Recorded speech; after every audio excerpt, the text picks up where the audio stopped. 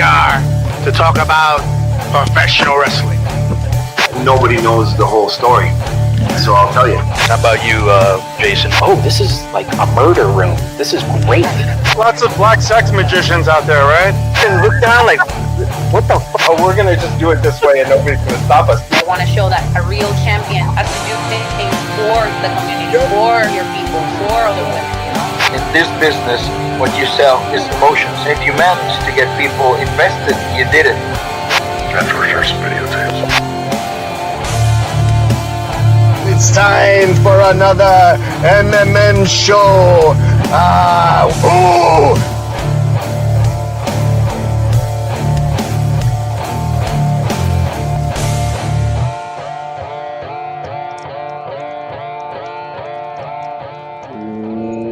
Welcome to another edition of Mass Match Man. I am your host, Justin Outlaw Harvey. You can find me on social media at Justin Harvey 75. You can find the entire show on social media at MMMshow 75. We got a couple of our usual players over here. We got the, does that say crazy Hispanic fan, Tony?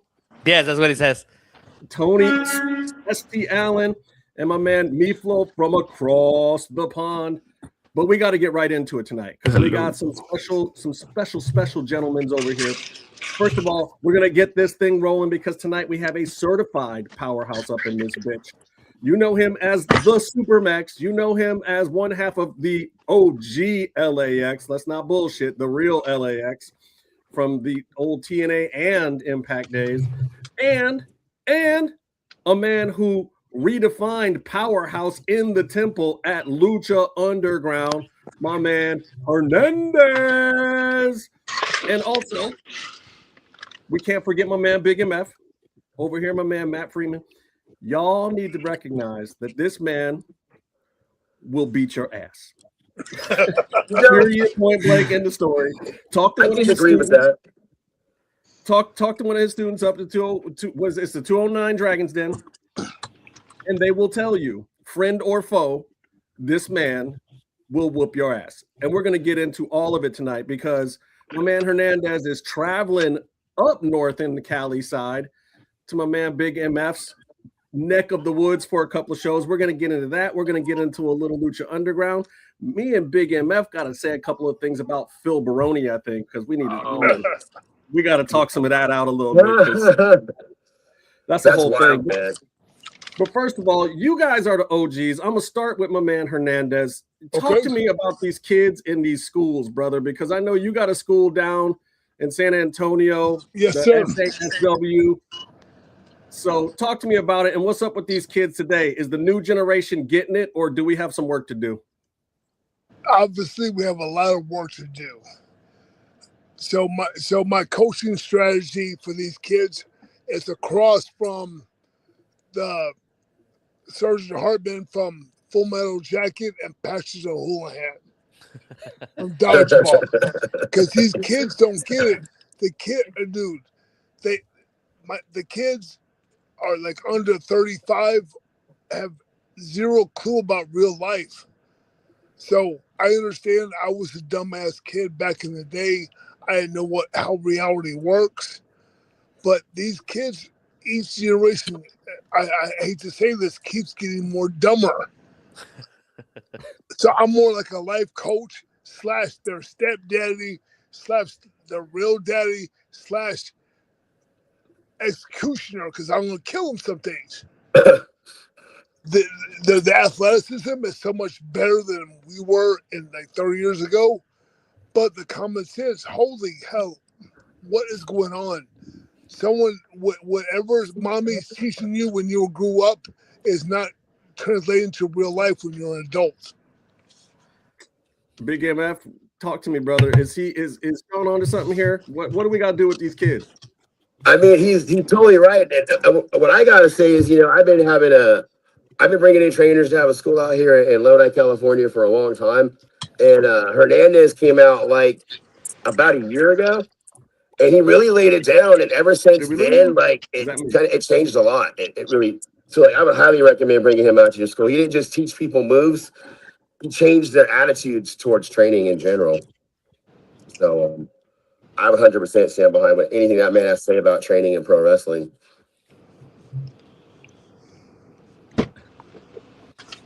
I love it. So let me ask you this. When you guys get a new kid in, first of all, how long does it take before you realize if they're going to make it or not? And second of all, what do you do to get in their heads what is going to be necessary for them to make it? Because that's the tricky part, right? Well, here's the main thing. I need to know their background, if they're athletic, if they did, at least JV high school sports. Or hell, I'll be nice. Do fucking Little League, some kind of organizational stuff. Because if they can't do that, they can't be here. I have a student who just started, Matthew, he just started 2 days ago. This guy's 13 years in, 13 years doing jiu-jitsu, second day doing training here today. I need 20 of Matthews. He's humble, he listens, he's in shape. These young kids are delusional. Their mommy tells them, you can be anything you want you to be, just put your mind to it. But you don't go to the gym. You've never been an athlete. You've never hit someone. You've never been in a fight before. How can I make you a pro wrestler if you can't do one of those 5 things? That makes sense. Shawn, I got to ask you real quick, brother. Let's go back to LAX for a second here, because I got to tell you why before you want to kill me, because I will talk about some Lucha Underground stuff in a little bit. But let's go back to it's your show, not mine. So whatever you want. Let's go back to the good stuff first.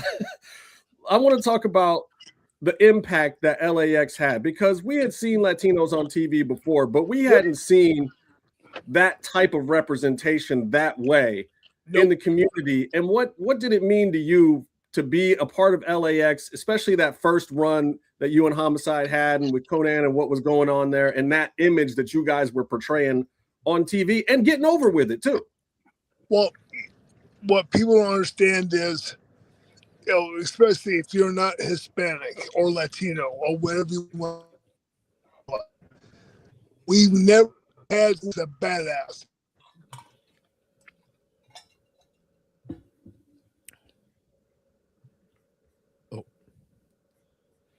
This is live radio, people.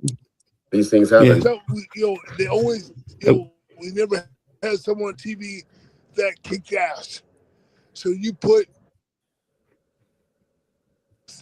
pro wrestler you're ever going to meet in your life with a legend like Conan, then myself, those two created a Frankenstein. Here's a 300-pound dude. Hey, just do that move. Hey, just kill that guy here. Hey, just kill that guy here. And bro, we made magic, and it went straight to the top. 2006, we're the best tag team ever for the year. 2006 and 2007, we're the top t-shirt sellers for TNA. So obviously, we made something right. I mean, look, the merch always matters, brother. Always. When it came time to do this feud with you guys versus the new LAX, what was the thinking there, and how did you feel about it at the time? Were you ready to pass that crown on to the youngsters, to Santana and Ortiz, or were you like, nah, man, y'all need to step back? That wasn't my call, son. If it was my call, fuck those guys. I'm just being honest. I'm sorry if you can't cuss. I'm sorry. Brother, That's fine. Go ahead. Don't worry about it. We created magic from 06 to 09. So a lot of people don't realize the original LAX was only together from 06 to 09. And the original LAX, me, Conan, and Homicide was only together for a year. So don't get me wrong. Santana Ortiz, they were phenomenal wrestlers, but they were not me. They were not Homicide. And they sure as hell ain't Conan. So when I'm chilling at AAA, boom, have a good time, wrestling Mexico.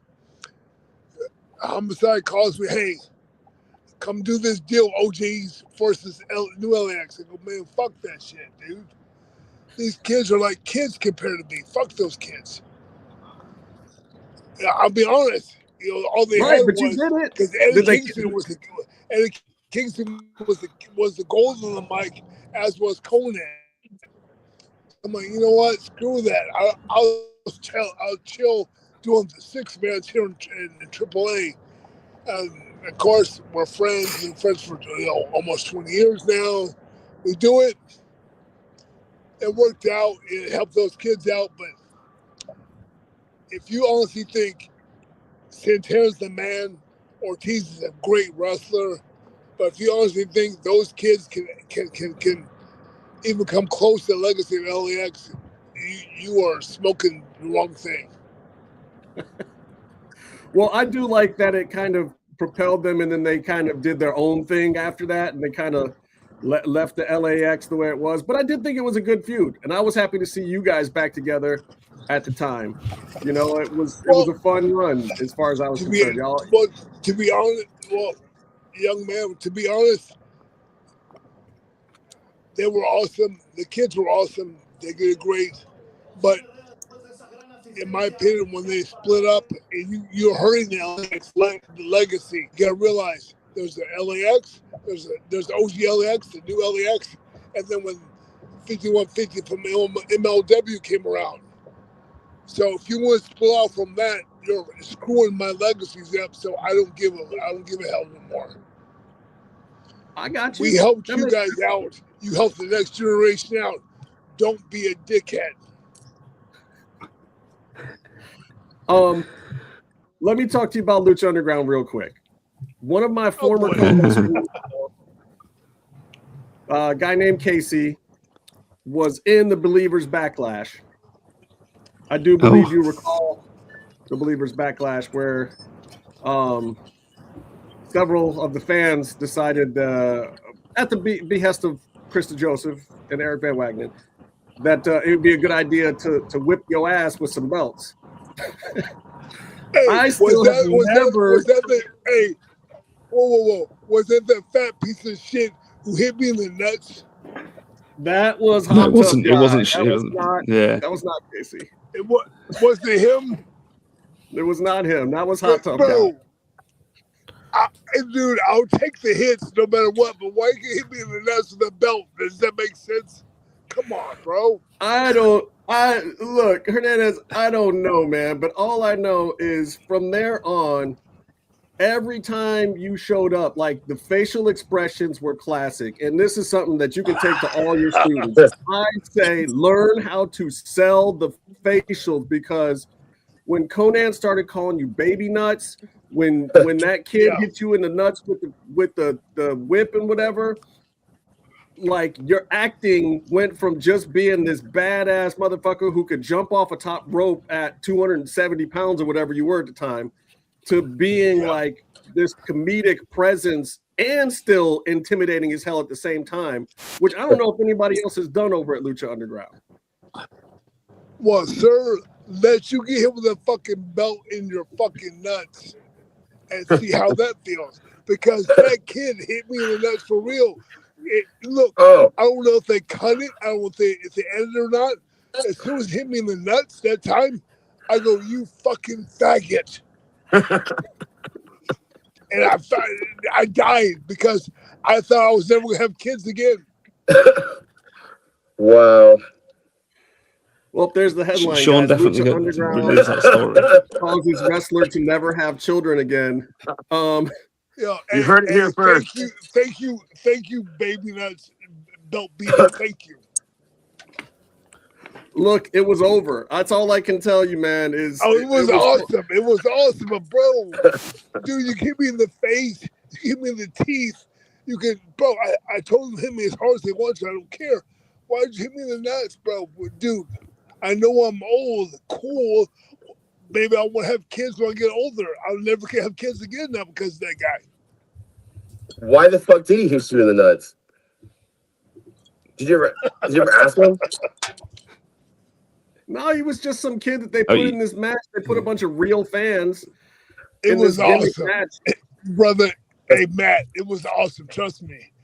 At the moment, I hated it, but I go, man, if they capture this right, this is going to be great TV. Oh, it was so good. And then after that, so much heat week after week, like heat magnet. It was amazing. It only helped me. It only helped me. I mean, look, I was sitting in the front row on many of those shows, and I gave you so much shit. I thought for sure you were going to kick my ass in the parking lot one day. For sure. I was screaming, in your face, and you were looking at me one day, and I was like, oh, shit, I went too far. Hernandez is You thought he was looking at this legit kick your ass? You got to realize that Lucha Underground was such a great set to be on. Brother, they're feeding the, we get to go get the excess beers that they don't sell there. So why do I care? If you kick me in the nuts, punch me in the face, I don't care because I'm going to get 6 to 8 beers free. I'm good. They really did always have extra, didn't they? Oh, bro, you know, you were there. I was one of the ones in the back. Because as soon as my match was over, I'm going to the VIP area, and I'm getting whatever excess beers they give us. I think that might have been where I first met you and Macias back there drinking all the beers. Oh, I'm sure. Sounds about right. We're the first two there. Yeah, I know. They'd be like, hey, are there any beers left in that tub? Can I get through there, guys? Well, because you know how the new generation is. They want to play video games, and they want to video their match and see how good they do get or not. Brother, I know how good I did or did not do by the crowd reaction. I don't need to watch it. I'm back on film. And that's old school style, you know what I'm saying? So me and Macias, straight to the beer bin. Let's go. Every time, brother. Meefloaf, I know you were a big Lucha Underground fan too. You got anything you want to throw at Hernandez? Oh, no, I just followed Hernandez through TNA originally, and then when he turned up on Lucha Underground, I was so happy because I love the border toss, especially when people went flying out the ring. It was my favorite thing back in the day, and I just loved it. That original, the OG LAX one. Who was your favorite person to border toss, Hernandez? Was it Ricochet? Please say yes. Sanjay Dutt. Oh shit, Sanjay. Bro, little Sanjay. Because he didn't give a fuck. Sanjay Dutt was the man. He wants TV time because remember back then, 08, 09, 2010, there was the X Division got a little bit of time. Right. They barely got time. So Sanjay said, fuck it, throw me across the goddamn ring. I don't give a fuck. I go, are you sure? He said, yes. And it's like, he looked like Gail Kim going across the ring. Amazing. So Matt, let me ask you real quick. So what do you got going on with Hernandez up there coming up, and what's going on at your school right now? Yeah, so I'm picking Hernandez up tomorrow. He'll be here for a week, so every class we'll have Hernandez here teaching the class. Everybody's welcome. Anyone who wants to come in and learn and get better. This Saturday in Sacramento at the Colonial Theater for Total Wrestling Federation, Shawn Hernandez will be facing this guy who's just lucky he's even standing in the same ring with Hernandez, a forever indie guy who's never done much, but for the first time in his fucking life, he's going to be in the ring with greatness. Hernandez is going to face him for the GWF title. That's brutal, bro. Put the kid over, bro. No, well, he's okay. He's okay for a guy who did backyard Tracy Park stuff, But he does flying moves and he flips and he flops, but he's in there with a fucking gangster. And on top of that, I'm in his corner, so it's like his chances for survival are slim and none. Bro, I've been waiting the last 3 weeks. I'm making this beard super majestic for this guy, so good luck. And then the following Friday, over here at the 209 Dragons Den for the BMF title, we got Shawn Hernandez going up against an up-and-comer Paris Singh. Pat Harris is the guy that has the greatest upper body you ever seen, but no legs and no calves. That's the guy we were talking about earlier. And really, he does situations where he's in over his head. Hey, Justin, can you make one or two of those shows? I wish, brother. I'm all the way in Cleveland. You better take the bus and come hang out with me because I'll be there the whole fucking week. Oh shit, bro! Take the week, bro. You're teaching classes all week too. I'm wrestling Saturday. I'm getting drunk after that. Then Sunday I'll be hungover. So I'm not doing shit. And then Monday through Thursday I'm teaching a class. So come over there and hang out. All right. Well, if I'm not there, I'm sending all my people over there to get whooped on by you and Big Bro, MF. Don't fuck around with me. Take the goddamn Greyhound and go to fucking Lodi. Fuck. Man, this is Cleveland. You think we still actually even have a bus station in this shithole town? Bro, I live in San Antonio. I'm sure you do. We don't even have Spirit Airlines in this fucking town anymore. That's how shitty our situation is. Justin, I'm trying to help you out, bro. Dude, I've been on this Shawn Hernandez. Justin, I'm trying to help you out because Matt hooked me up. I get a great accommodations, and I got a pool I can go to every day so we can get a nice suntan. And I got this majestic beard I'm building. A whole week, you're gonna have a great time. Just grab some, find some chicks some fat chicks that will take give you a bus pass and go to Lodi, bro. You'll be fine. Stuck in Lodi again. Let's do it. You'll get on that Hernandez diet where you eat protein and you get all your carbs from beer. Bro, and fucking Matt got me a pull-up bar, so we're gonna do pull-ups at prison.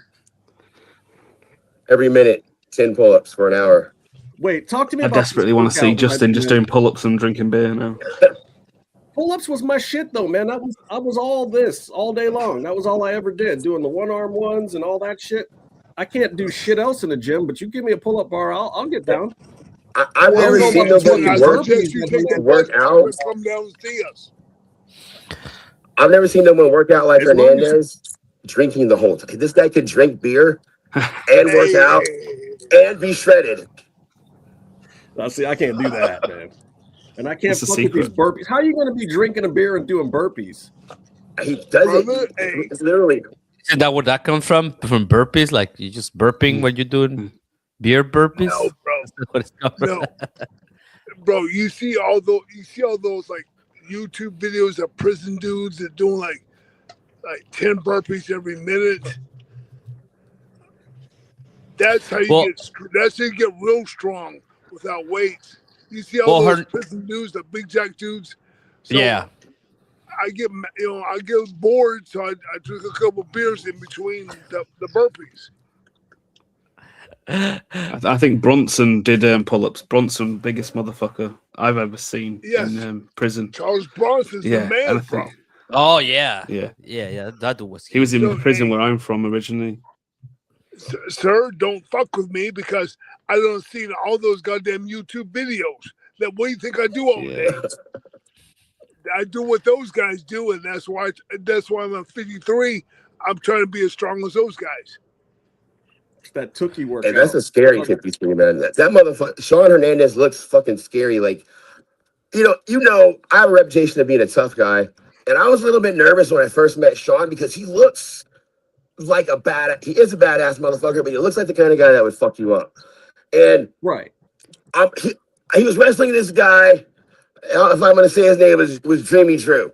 And I didn't see the match, but I saw Dreamy Drew coming to the back, bleeding everywhere. And he's got chop marks all over his chest and all over his fucking back. And I'm like, what the fuck did he do? What the fuck did you do to piss him off so much? I'm like, oh my fucking God.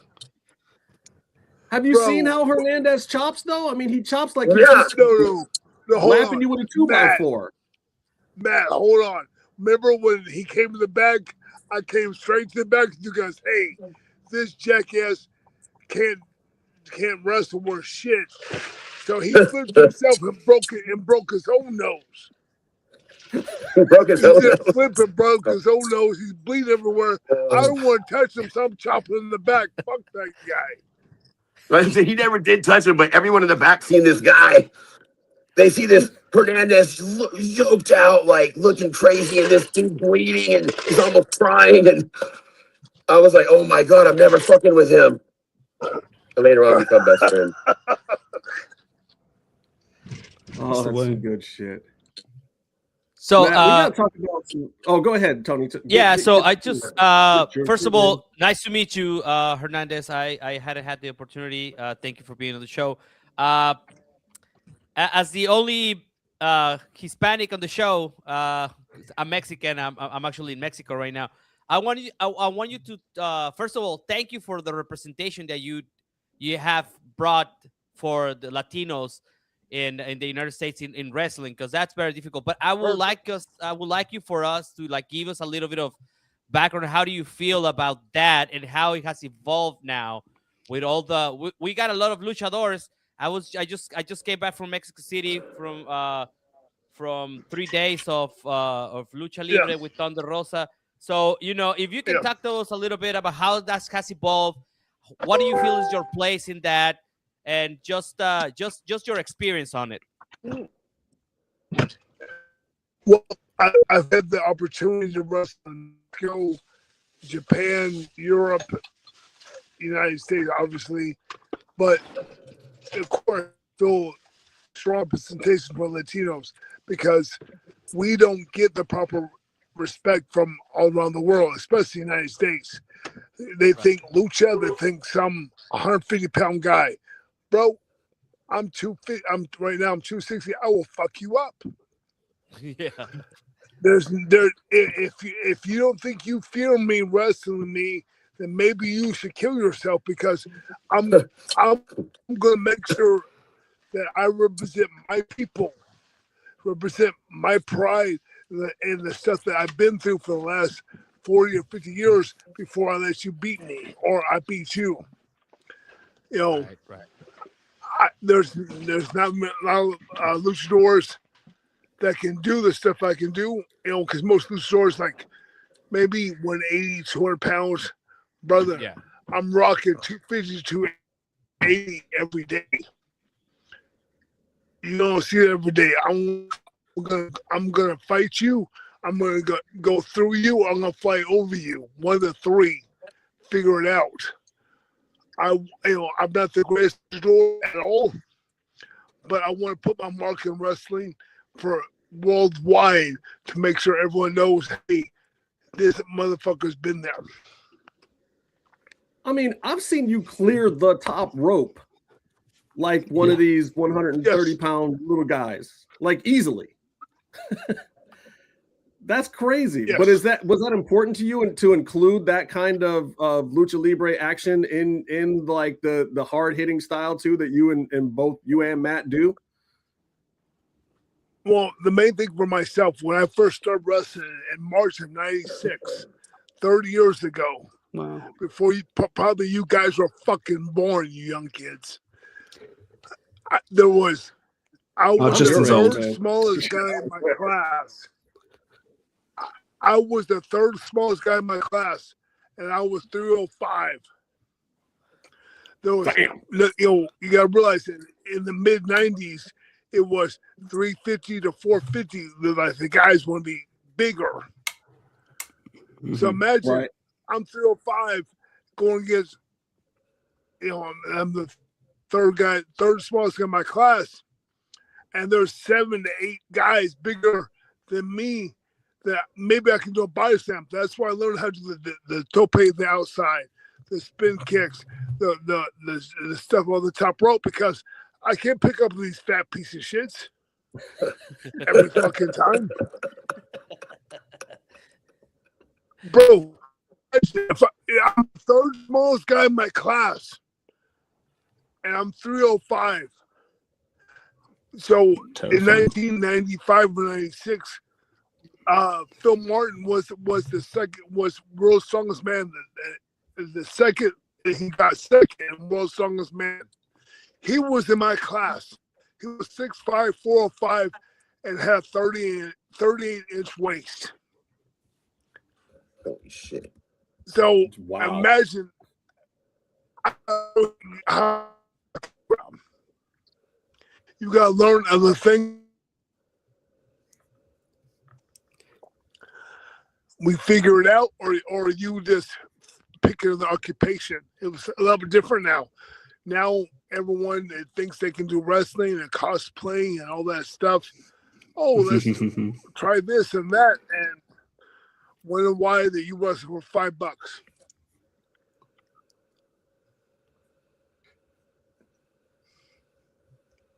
See, merging the question that Tony asked was Coors Light. So go ahead. I was just going to say, just with Tony's thing was the reason I loved seeing Ricky Macias come back into AAA was the fact that traditionally, like, you know, the luchadors of old, Santo and Blue Demon, were big, heavy set guys who were just really good technical wrestlers. And seeing those bigger guys kind of in a lucha show is what I need. You know, your Silver Kings, those kind of guys. Absolutely. Macias can, you know, it's not going to stand there. He's going to mess you up. He's going to do stuff. He's not just going to stand there. Macias is, you know, unfortunately for myself and him, our careers did not cross paths many times because he was based in Puerto Rico and Mexico, and I was based in Texas. But best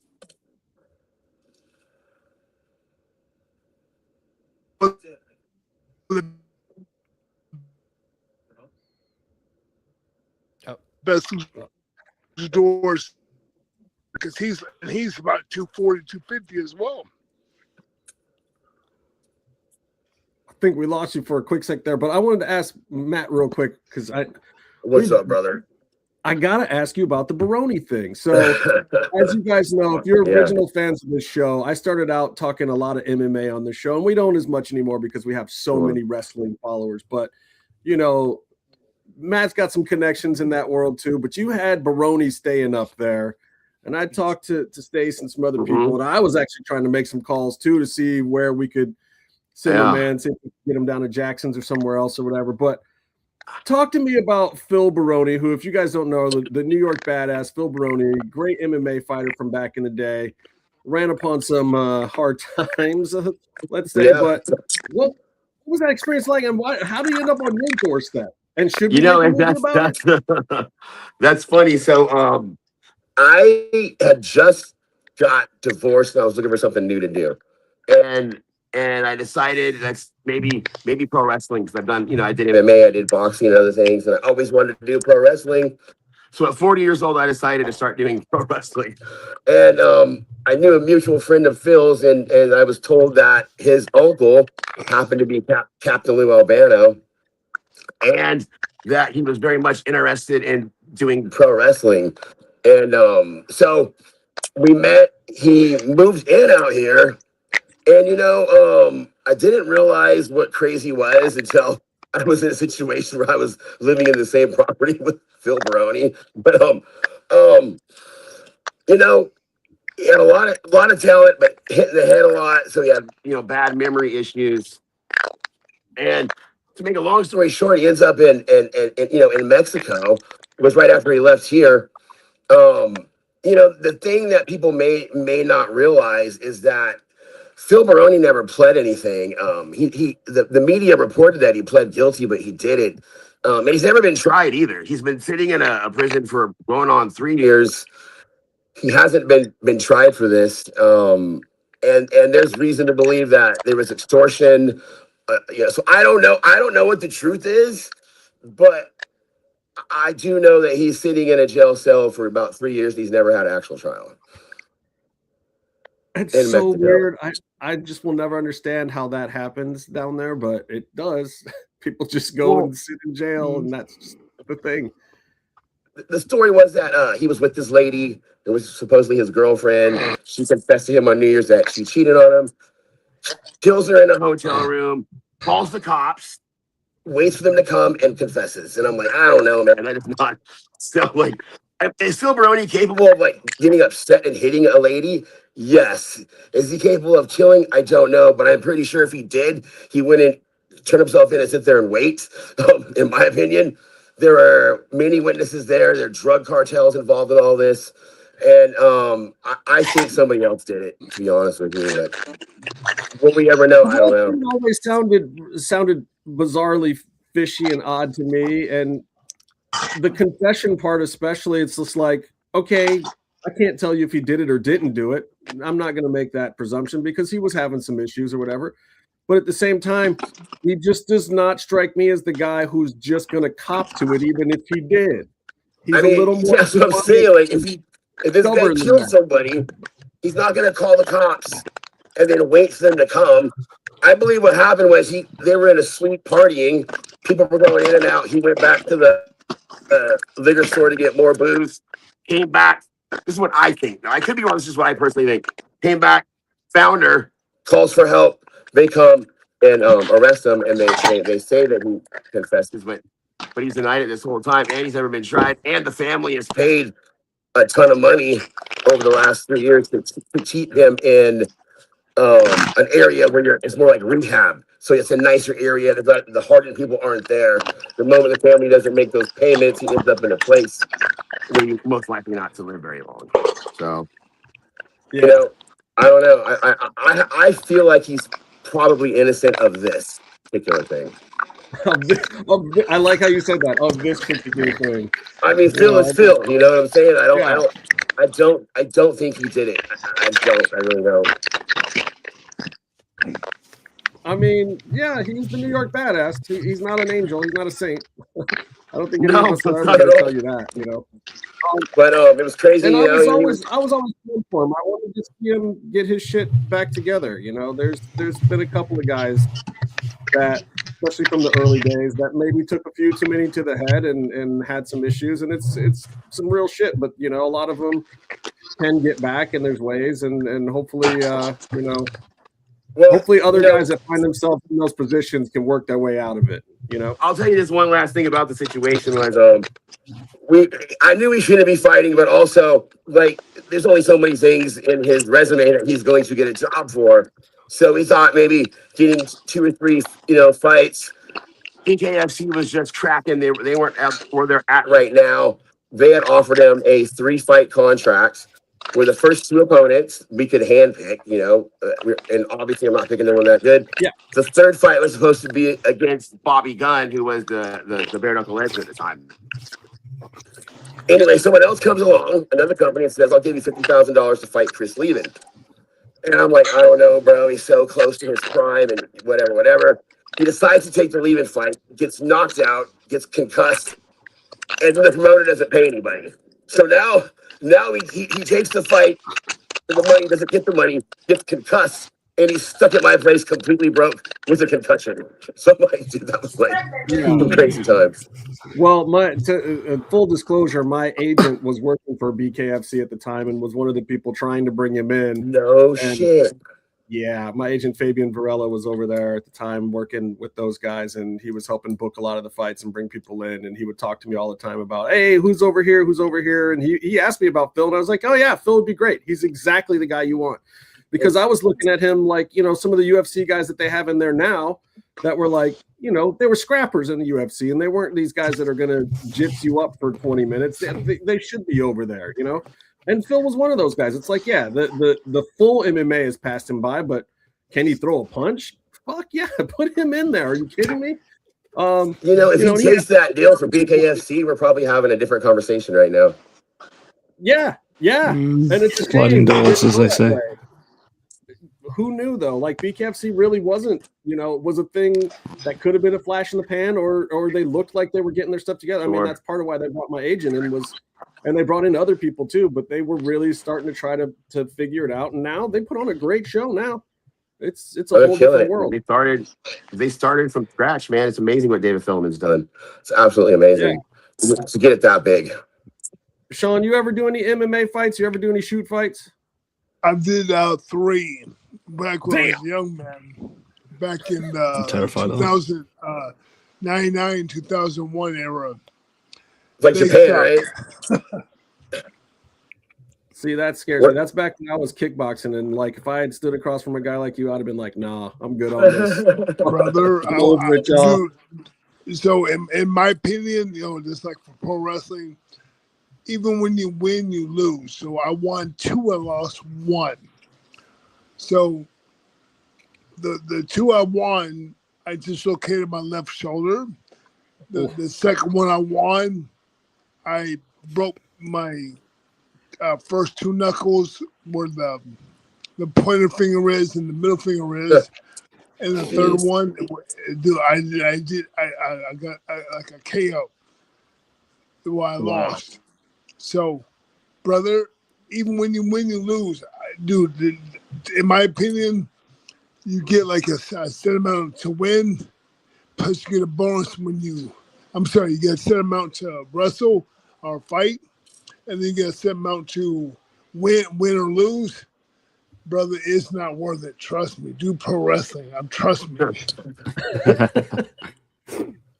I don't know, man. I ran the ropes a few times, and that like under the arm thing that happened those first 2 days, I don't know, man. I'm over that.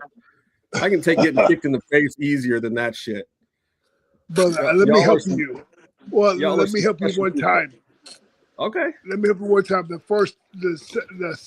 think the second time I ever did MMA style was 2001. So I have no idea what shoot fighting is. 0. I go to all I know was I get $1,500 and win or lose, and they fly me to Japan. I'm gonna go. I don't care. See what happens. So I think it's pro wrestling. I never heard of shoot fighting before. Guess who was the teacher? Who'd you get? Dude, Sensei Fujiwara, the guy who does the Fujiwara armbar. He was the goddamn teacher. Oh, Holy cow! the Fujiwara armbar is legitimate one of my favorite moves. I should have known right then and there. Hey, dumbass, maybe you go take the next ticket and go back home because you're gonna get killed. Because they had Fujiwara and his students versus Nick Bockwinkel and some fake American guy. I mean, the guys were legit, like Billy Scott and guys like that. But I mean, but Nick Bockwinkel wasn't with the coach. He was just there for his publicity. So they had the Americans versus Japan. Brother, I had no idea what's going on. I'm beating this dude. All of a sudden, Fujiwara gets in the ring. I think I have to fight Fujiwara. I'm like, what the hell's going on? And all of a sudden, it was the 30 minutes with no breaks, no rounds. Just straight 30 minutes. Wow. Bro, I'm 305. I can't pick my arms up. I'm jacked, but I can't. I have no cardio with nothing. On the 20 and a half minutes, this guy kicks me in the head, and I said, "Fuck it." Just kicked me in the head, and I just laid down. I couldn't get back up. I don't blame you. So one of the few sports I have 100% respect for is anybody. And I do mean anybody who even tries MMA, because they're the man to me. Yeah, I'm good on it. I've tried and I've realized, yeah, it's not my deal. Like if you go back and watch UFC 126, you'll see my blood in the ring. It wasn't fun. That's a long story, but we won't tell that tonight. Listen, guys, I want to thank you guys so much. Plug your shits, dude. Big MF, plug your shits. Hernandez, plug your stuff. What's up, guys? Total Wrestling Federation. Follow them this Saturday, Sacramento Colonial Theater. Hernandez versus Landon. The 26th, right? It's 26th. Our show. The 17th, April 17th, we got Hernandez versus Paris the Punjabi Poppy Singh in Lodi, California. Support my sponsors real quick. Filthy Farms, They're a cannabis company, all-in-one pest eliminators, and one of the best pest control companies in Northern California. Hit them up. Tell them that Big MF sent you. Brother, if you guys are in Texas, come to San Antonio Style Wrestling. I'm the head coach there. I will train you 16 times a month. You know, from Monday through Thursday, from Monday to Thursday every week. And if not, come see me at Matt's place so I beat somebody up. 209 Dragons Den. I've been really unlucky because I was supposed to see Hernandez in England a few times, but unfortunately the promoter, the event didn't happen. Because I was like, we're gonna get some beers. I was like, Hernandez, I messaged you on Twitter, I think, and I was like, we're going for beers. I think that would have worked out. Well, if you have beers, guys, I will definitely show up. There it Top is. touch the 209 click. Got it, y'all. Thank you guys so much for joining us. You always have a home here. Anything you want to promote or come by and talk to us about, hit me up. We'll have you back on. All right, brother. Appreciate it. Much appreciate it, brother. Much appreciate, Justin. Take care, guys. All right. Cheers, Thanks, fellas. guys. Thank you, bro. I love Hernandez. All right. And here we go. Where we cut, right. where we How cut off. I have a question. How do I Yeah. leave here without leaving here? So I can leave it to keep the recording going. Oh, yeah. You can just, I can just do this. Bye, Meefloaf. Now you can just leave it there. And you're good. We got a couple Bear three wasn't things to talk coming. about. What? I thought Bear Bear was wasn't sitting coming. there Didn't for a you just while, I gave us guess. a whole speech on the chat? Like, oh well, guys, you have a good show. And No, I was like, I figured I don't know. I was watching the end of Dynamite, and then they did like an overrun with Omega and they MJF. did, yeah. It was playing, And yeah. so then, and I was like, the show's I didn't already see kind of the going. overrun, by the way. What happened? It was just a Omega and MJF feud setting up the match for Sunday. You know, I'm glad. Let's put it this way: I'm glad they did that on the overrun because that United Empire. Was it an overrun? Or was it one of those go home shows they do often? Sometimes I don't know. Maybe it is. I think they might have done that Because I thought it was running and see running it. and running. Oh yeah. Yeah, that's what they did for the last pay-per-view. Yeah, they did. Yeah. But it was a good. That was a good Dynamite tonight. I thought. That United Empire was kind of cool. Byron must have been really afraid of Hernandez and calling him baby nuts. I'm surprised Byron didn't show up for that. Yeah. But see, all these years, I thought Hernandez wanted to kill me, and now we found out that he was actually like, no, this is getting over, and he was just getting heat. Because I mean, bro, at Lucha Underground, that front row of the bleachers or whatever, you're standing on the mat with the wrestlers, and you know when it's Macias and he's 5'9", I'm cool with that, even though I know he could kill me, but like at least I'm looking down a little bit. With Hernandez, it's like, oh, hi, don't hurt me. You know? And when he looked real mad, like he was scary. And you could I'd only met him a couple times, and he was like always putting back beers with Macias and some of the other guys and shit. So like I didn't know if he was legit gnarly like that or what. I thought for years that Hernandez probably just wanted to kill me. But anyway, good to know that it was all kayfabe, guys. Sometimes it's a good thing to know where the line is so you don't shit your pants on a regular basis. We got to talk about a couple of things. I definitely want to talk about a little bit of WWE stuff tonight, but Tony had an amazing extended weekend down at CMLL. And I told Tony, I was like, Tony, I want to interview your ass today because he spent a bunch of time in Arena Mexico, Arena Coliseo, like all these storage places. And Arena Coliseo, wow! Just I know you want to do the whole thing, but it's just that it's Arena Coliseo. Wow, it's oh my god, I don't know. I don't even know how to put it into words. Like you have to go. Like you have to visit. You have to experience it. It was sold out to the rafters, bro. Like it was insane. It's like it's a 3-level thing, and you're like looking down on the, not a bad seat in the house, right? Not a bad seat. That's insane. It doesn't matter where you sit. That's the crazy part. And there's a Because lot it's built less for chance. wrestling. Yes. Well, oh my God, it's I don't know. I know this is gonna sound, this is gonna upset a lot of people, but I think I like it better than Mexico. I don't know. It's intimate. That's weird to me because Arena Mexico was the one on my bucket list, but there's a reason for that. I think it presents better on TV because everybody I know that's gone to Coliseo says that experience can't be missed. Like on TV, it didn't come over as loud. It didn't. I mean, it seemed like it was a good time. It seemed like a party, but I think it's a little harder to film in that place that wasn't built for filming. It was built for just the live presentation of Lucha because you only Libre. have one camera. I think that I was sitting behind that camera during Thunder's match, but oh, well, I don't know. If you want to go back to try to explain to the people, because I experienced it. So if you want to put it in order, it will be easier for me to. Well, for people who don't know, we don't talk about it a whole lot on this show. Tony is part of Thunder Rosa's team, and yes, you know, full disclosure, he gets paid by the lady to do management things and PR stuff and cool stuff for her.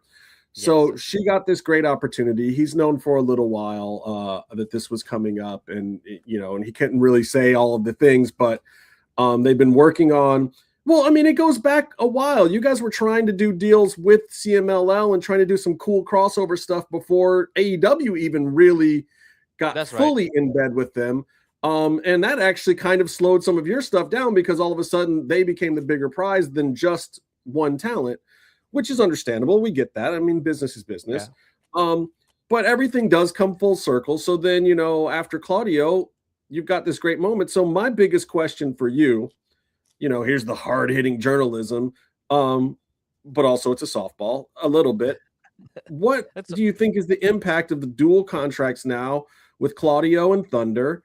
And then the contracts that are coming the other way, because to me, it's like I saw that graphic and I was like, oh, this is starting to even out now. This is starting to make some sense. And you and I had talked early on, like, man, this could be bad if a bunch of AEW talent are getting these dual contracts because maybe that's belittling the Mexican talent. But now I think Thunder Rosa, being the person that comes in who is Mexican born, who is a talent that's always been trying to find a way to cross the border that direction and not this direction for the fans. It's a very interesting setup now. And I think she's a great addition to be the second dual contract signing going from the States to Mexico. But I want to know what your thought is now on the process of these American talents, which she made it here first. Getting these dual contracts with CMLL. What do you think about that, and how did it play out for you guys? Oh man, I'm gonna disagree with you immediately here. So sorry. Like I know, like she is an American citizen, but it is the funny part, right? Like they will always think she's Mexican when she's in America, and then they think it's American when she's in Mexico. It was very funny the first day that we got out of the truck on the parking lot to get inside the Arena Mexico.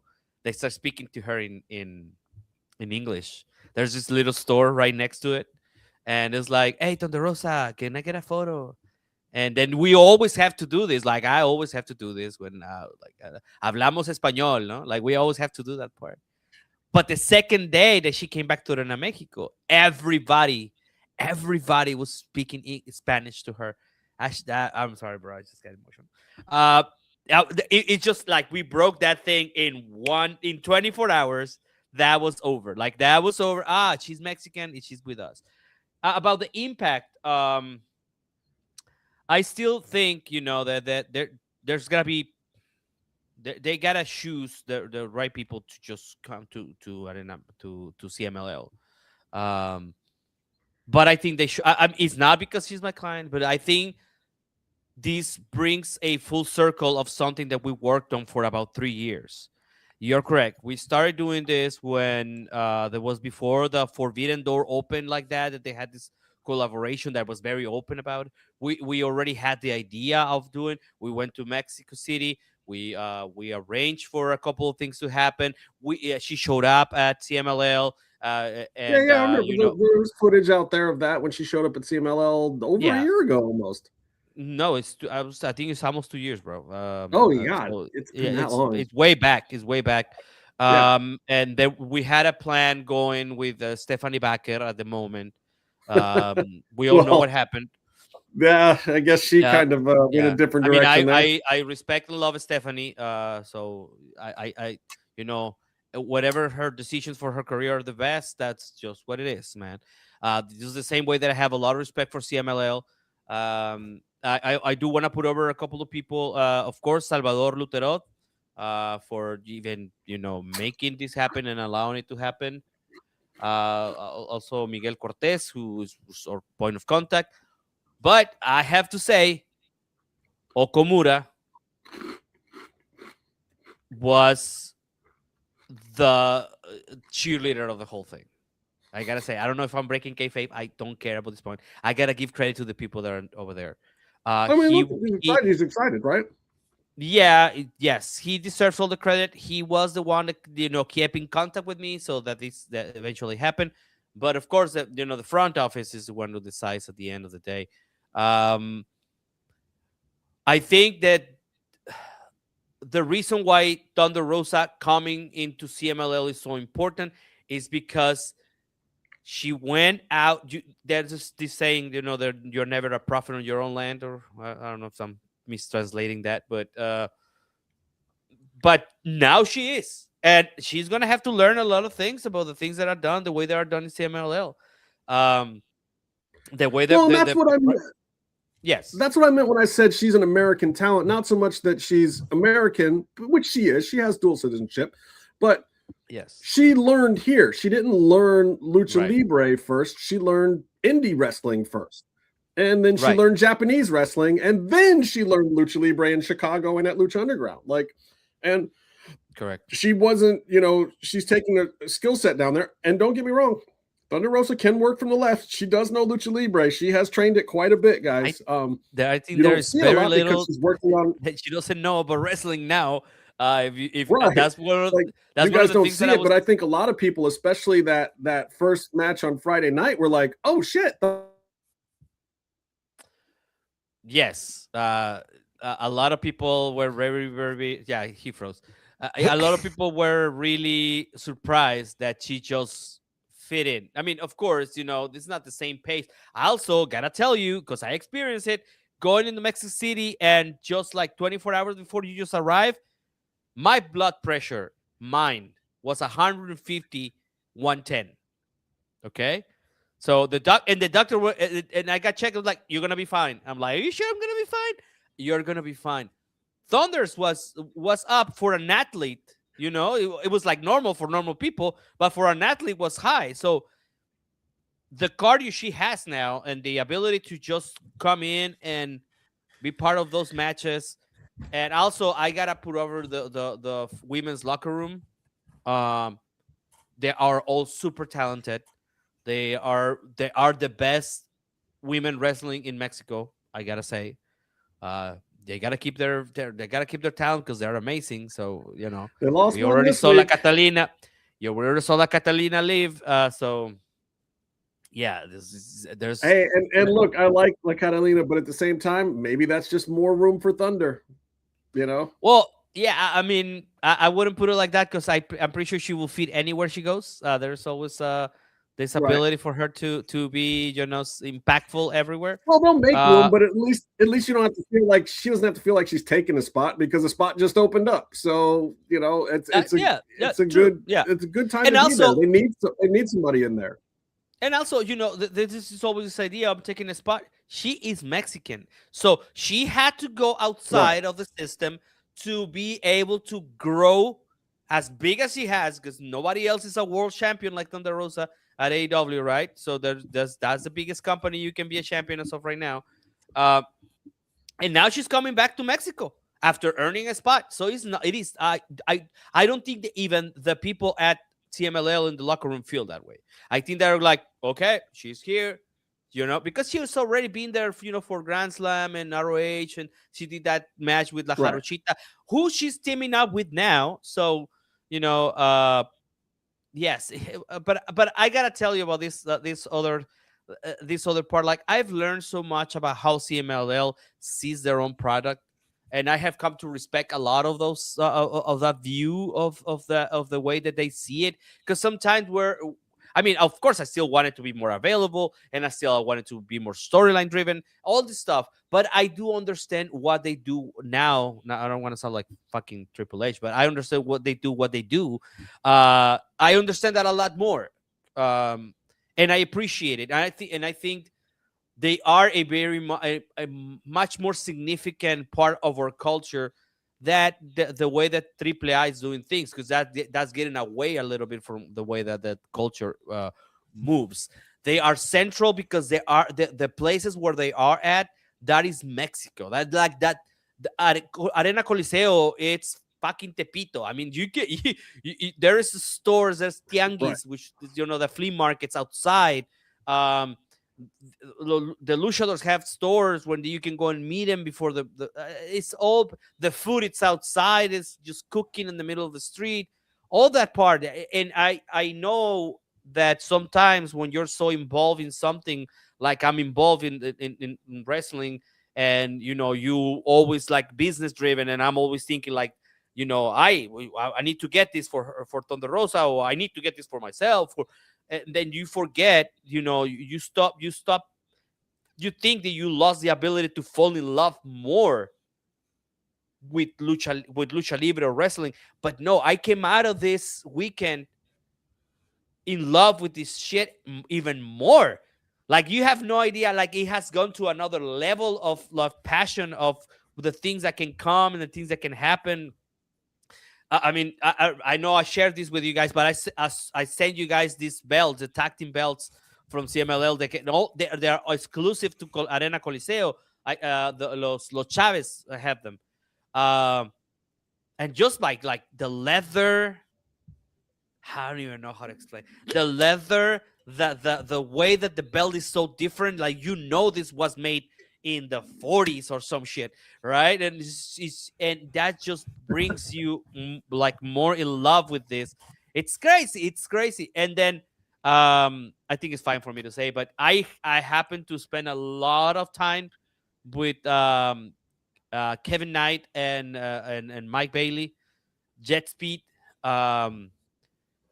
Boy, man, the wisdom in Mike. I think Mike Bailey is a lot younger than me, right? Like, he's probably like in his 30s. I don't know.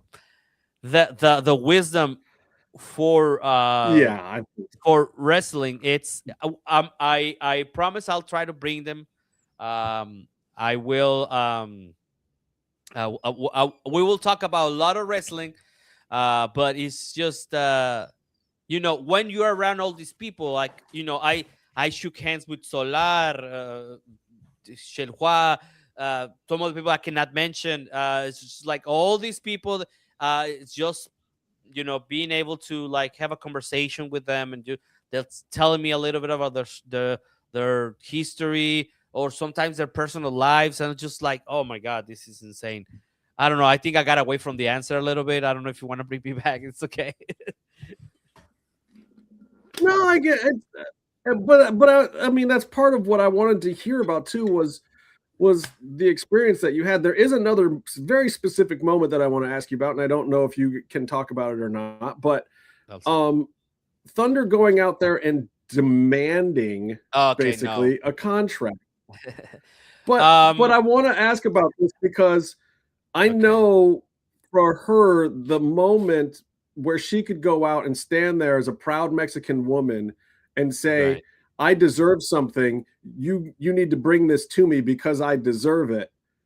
That's a very powerful moment. And the female reaction I heard in the crowd after this whole segment went down was insane. I've never heard anything like that coming out of any arena. There are two moments that, and I will have to mention something besides that, but okay, so there is this idea, right now you're mentioning that the fact that she came out and demanded. I don't think that was like, I don't think that it is not the intention to demand the contract. It's just the way that Thunder speaks. That is just the way she is. And people, I know I get called out on this a lot. I'm a businessman. I do, I work in representing athletes and in business and stuff like that, or brands, and I always get called out because I'm too direct, and that's just the same way Thunder Rosa is. We are just very direct, and we are like very cut to the chase kind of people. So when she said, because this is what she said, se va a hacer o no se va a hacer, are we doing this or are we doing this, right? That is just the way of Thunder of doing things. That there's no other way around it. Like if we're gonna do this, we are gonna do this, and we're gonna do this in front of the people, because the most significant part of that was not the call out, was that Salvador Luterot came out and shook Thunder's hand and accepted her as part of CMLL. That has never happened. I know we get this all the time in American television. This has never happened for a man or like or a woman. This is the first time ever that this happens, and it's not so much about the they normally just do like little contract signings, or they do a backstage type segment or a little sit down thing, but it's never in the ring. Or they just put out the thing. They just mention it because they come up with their right. Like you did your 2 dark matches. You're CMLL now. It's different here in America. We make a little, it's a big deal too, especially at a place like CMLL that is 100% built on tradition. To do something that is not traditional, but to do it as something that is being done for the people, which is very much who Thunder Rosa is. I think that moment is won the crowd over immediately, because honestly the reaction during the match a little bit, I think having Persephone on the other side made the reaction a little bit mixed. It wasn't bad. It wasn't a bad reaction at all, but I think people were a little like, oh, we don't know how to take this. Is she, where is she coming in? Like, it's cool to see a big star, but why, what is she doing? And this, that, and the other thing. But then afterwards, when she's basically like, no, I want to be here for my people. I want to represent my people. And the women, the women reaction. I mean, you can always gamble. You can always gamble on like the idea of how people are going to react. Right. But I think the empowering that Thunder Rosa represents, she transmits that. And when she just like straight up took the microphone and started speaking, I think that was very powerful. And the reaction, I don't know how it really, because I've had my complaints about the audio mix on the and in all honesty, because it's YouTube, sometimes the sound has to be covered, because if there is music, they will get taken down or stuff like that. Like it's very complicated. Like I think even Mystico comes out to a random song when he's out, and it's just not the same thing. But I thought that the audio for the crowd was better from Arena Mexico than Coliseo. Oh, I don't think you could tell how loud Coliseo was on the broadcast. I always go back and watch the matches. Like I immediately watch the match. Also, she probably will get mad at me, but I don't care. She hates watching her matches right after. Like she will watch them, but she will not watch them right after. So I always go back, and when we're together, I always watch them right back, like right behind, like right back to. So, and I probably like go back and like, this is weird, this is good, this is bro, and she hates me for it. I know, but you can imagine how she is sitting on the sofa, right? And she's just like sulking, like, I don't want to watch this right now. But it was that's any artist. That's a lot of artists. They don't want to know immediately. Oh yeah, I do the same thing. I don't even look at my like when I do things for art, like if I do like a video or like I don't look at it. I just want to hear that it didn't suck more than anything else. Like did it suck? No, it didn't suck. Okay, we'll get into what was good or bad about it later. I just want to know that overall it didn't suck. Well, yeah, but so anyway, so when the women popped for Thunder, it was super loud. Like I don't know if it came out across like that, but it was super loud. It was very gratifying. I always go to the crowd. I stay in the crowd when she's wrestling, except for Sunday. I was backstage for the first time ever watching the match from the locker. I just had a conversation with Tessa Blanchard. So we stayed talking. She was super nice to me. Again, and I want to put this out. Every interaction that I ever had with her has been positive, and it's been very respectful. So I just want to say tell her that. to come on the show. Tell her to come hang out with us. I've invited her to come on the show. I will send her a nice. message again, and I will bring her around. So I stay behind. I know it was the first time that I ever got to watch a wrestle, but it's in the arena, but just like listen to the crowd, not being, like in the crowd. Right. So it's a different situation because, you get a lot of the reactions. Let me tell you, 3 dates in Arena Mexico, like back to back to back, that it really brings out the best in you, and also it's just like insanely tiring. I mean,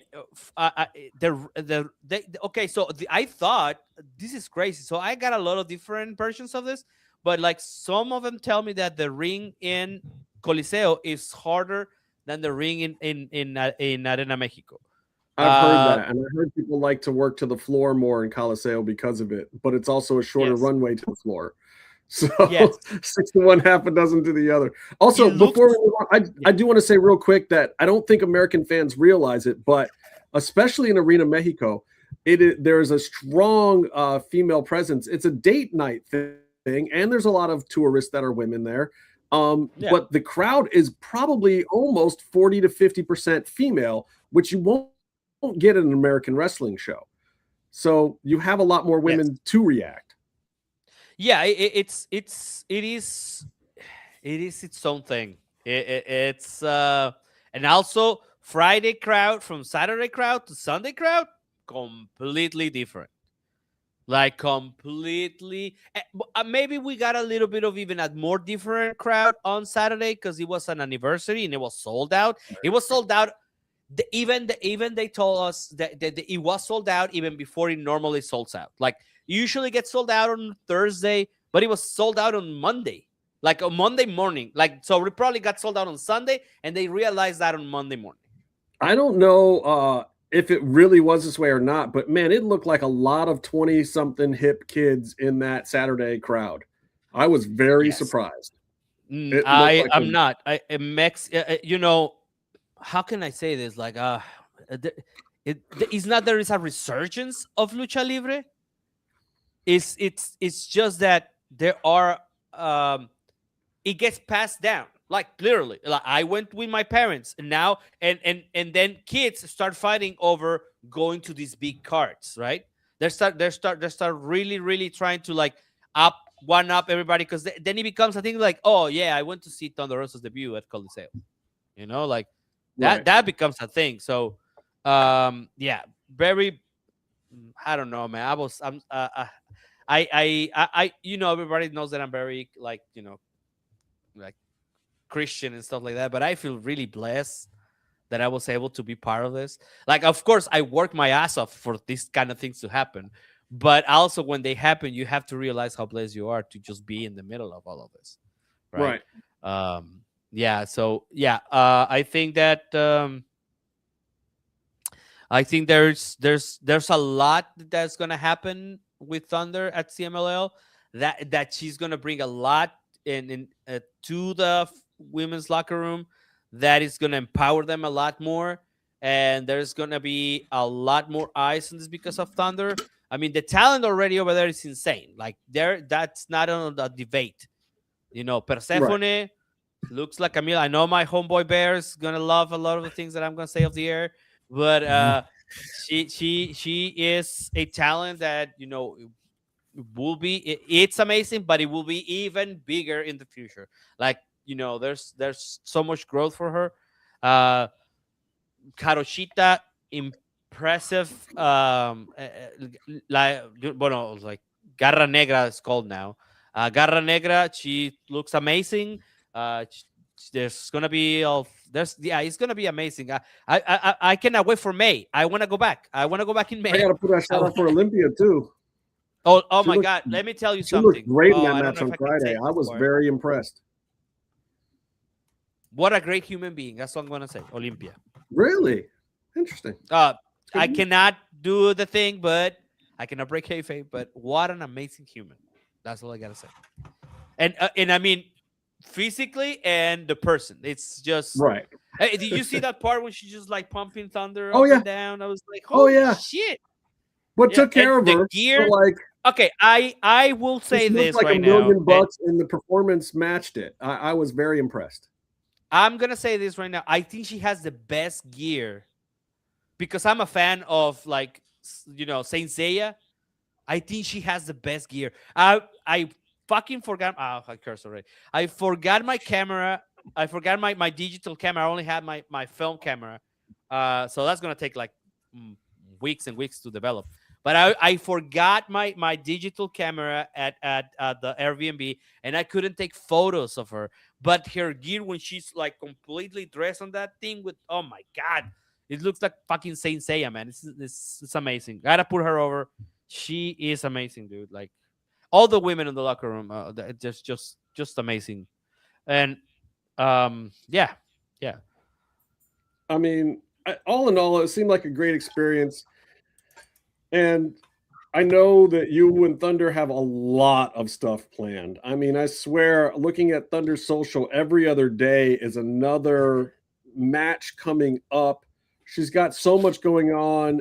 Is there time for CMLL? Is there time for AEW? I mean, she's got Riot. We got a contract now, so we better make some time, brother. Let me tell you. Right. That. Okay. No, yes. Well, I'm excited for you guys. We already have the dates in planned. Actually, she's not only going to be in Mexico City. She's going to go to Puebla and she's going to go to Guadalajara. I cannot wait to go to Guadalajara. I cannot wait to go to Puebla. It might not be all at once, but yeah, that's the plan because she's got to come back to AEW at one point, so she cannot be there the whole 7 days of the week. So, well, I'll tell you what. A dog to take care of. That Speaking of that, I thought immediately watching AEW tonight. I was like, cool. Thunder's doing a CMLL thing, and she hot tagged in Sheeta, and I kind of like that. I'll be honest. I don't know how you and the Thunder camp feel about it, but my honest opinion is I like how Hikaru Shida and Thunder get used in AEW. I wish, especially in Sheeta's regard, that it was a little bit more, but it's like they are the girls who have been there. They are the girls where if they're gone for a little bit, you bring them back in. The crowd is hot. The crowd is ready to see them. They know what they're bringing to the table now. There's not a mystery when you call in Hikaru Shida or when you call in Thunder Rosa. You know what you're going to get. There's going to be fire. They can work the angles. They can work the stories. They can work with the girls. They can elevate the girls. They're the veterans in that locker room now. And I know in like Thunder's mind and Hikaru Shida's mind, I don't know if they're thinking like they're the veterans in the locker room yet, but I love it. And I think the fans can feel it. And when they see them out there, it's not just a match. It's not just one of, Dave Meltzer's 5-star things. It's a stamp of quality that you're going to get in that program for either one of them.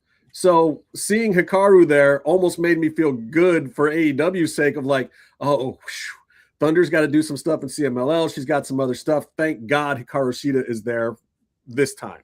And then next time it can be Thunder and whatever, because that's the stamp of quality in the women's division for the veterans at this point to me. I wish Taya Valkyrie was also one of those. Don't have any clue why she isn't, but at least we have Hikaru Shida and Thunder. And maybe Deanna's right on the borderline. She's younger though. She's still got some time, but it's nice. Rosa and Shida both have like actual street cred though. I mean, they've been former champions. I mean, when they come in, they're kind of a big deal just because there's actually some like legit credibility, at least in like the AEW universe. I mean, those other two ladies, like outside of there, have had great careers, but AEW not as right. And so I think having those two in there and doing the program, there's a legitimate shot they could win because they've already done it, right? So there's a believability to either of those, And honestly, I would love to see both of them get another run again at some point in the future. I think they could both credibly help make another talent coming up. And to do that, they can't just always be gatekeepers. At some point in time, I think you got to put a belt on one or both of them again too. I'm sure Tony would love to see that. Tony, do you get championship bonuses? Do I get championship bonuses? Let me work that in my next contract with you. Yeah. Thank you for the idea. No, of course I would like to see her, but there's so much to do right now. It's a whole. Well, it's not like she's not a champion. She's holding the cartel, Texas Wrestling Cartel Championship. She's holding the Riot Cabaret belt right now. Exactly. She has championships. She's got more championships right now than Mercedes Moné does. What I'm saying, wow, that's that's no, why we get in trouble. God bless Mercedes. That's why we get in trouble on the show, because you come up with something like that. But let me tell you something. There's a lot of gold in this. It's a whole new company. Right, you got access to more belts than all the other AEW talent. Yes, right. She does have a contract, so racking up some wins over there, and there's some Thunder people could there show up with AEW gold. She could show up with Ring of Honor gold, and she could show up with CMLL gold. That's right. Yeah, there's definitely some eyes. I think she already mentioned this, but she does have her eyes on the national CMLL championship, women's championship. She does have that in mind, and she said also that she would love to, But that's like a Mexican title. That's like a title for. I mean, that's yeah. Mexican of all the titles. Exactly, this is she has the eye on that one precisely because there is this. So there's a couple of things in Mexico. If you play for Chivas, you can only play for Chivas if you're Mexican. You can only access the national championships, female or male, if you are Mexican. So Thunder Rosa being the national champion for CMLL, there will be no doubt that she's Mexican. So that's why it's not about she's got her mind set on it. I feel sorry for everybody in her way, because even if she doesn't get it, she's going to murder everybody. Yeah. It's not about who has a belt right now. It's not disrespect to that. It's about the significance of the title that she feels that she needs to have in order to prove to everyone else that yes, she has an American citizen, but she's Mexican first and foremost. Well, I'd like to see her get there. I mean, we're gonna have to see her in some singles action down there and see what she does in those matches. She also said that she wants some tag championship. So who knows? There's a lot of things to happen. There's a lot of things that can happen, and I include myself on this because I will be traveling every time. There's a lot of things that there's a lot of things to do this year. I know it sounds like it's hard. It's hard to travel that much. I have a dog and a family. I have to leave them, and it was my dog's birthday on April 2nd, and I left. And then I had to celebrate yesterday. Also, today is You're not going to get any sympathy from her because she's got a dog and a family too, brother. Like, I know. Okay, but I gotta say this. Happy birthday to my nephew Asher Allen King Orozco. Is his birthday today, and I got to say hi to him on a video call. I love him very much. He's my namesake. They named him after me. So I love you, kiddo. Right, they named him Crazy Hispanic Fan. Yeah, they did. It was like Asher Crazy Hispanic Fan King. I love it. Bear, I do want to ask you a couple other quick AEW things because I know you have certain reactions to certain people, and one of those people was back tonight. Our friend Amy, Queen Aminata. Oh yeah. Bear's just like, oh yeah. I've been because what are you gonna do when it's Aminata versus Tekla though? You're not gonna be able to pick sides, brother. Tekla. I mean, just because for right now, like I like them both, but from a story perspective and where they are and they're and I'm also super excited for that match because they've had a lot of history. They have some there was a point there where they were really going at each other, and so I kind of want to see those two eventually pick something back up. I mean, she had a really good showing against Willow tonight, and that was a fun match. Willow's really getting over. I mean, she's put on a lot of good matches with this TBS championship. I mean, and I really want to see them get her out to do more PR. I think she could really, and she's done some, and they put her out there a little bit, but she's so personable. She's really one of these people that could be a face of the company. And they do it a little bit with Orange Cassidy too. The two of them seem to do a lot of press stuff together, but I feel like it needs to showcase them more, not just be these things where they just show up, but like I want to see Willow get some talk shows and stuff and talk the company up, talk herself up. I think she could really be one of those talents. Now, your girl Tekla, and I said this before, and Tony's going to hate that I'm going to say this on the air. I think that she has already eclipsed Hikaru Shida. I think she is the number 3 greatest AEW women's champion of all time already. And I think there's only 2 above her, which are Thunder, because of the story that Thunder had for the big win. I think is something that AEW hasn't really duplicated yet.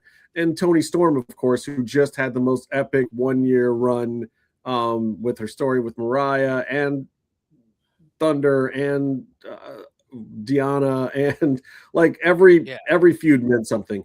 But I'm gonna say this. I think Tekla, with a couple of good storylines and a couple of big pay-per-view wins, she could knock Thunder down to number 3. Well, I think if she keeps doing this run,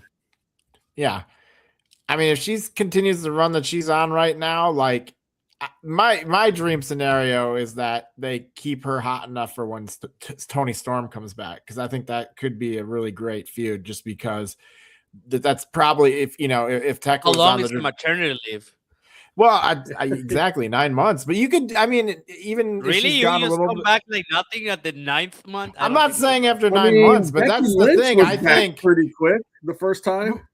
Even if she does it, though, I mean, give Tech. I mean, there's room for Tekla to have a couple of title reigns. I think her winning and losing the belt a few times before Toni Storm comes back kind of legitimizes her, as these two are arguably probably, if the trajectory continues, these two are arguably the 2 biggest acts in the women's division that they've built up. So when Toni Storm comes back, having those 2 feud at that moment would be pretty sweet.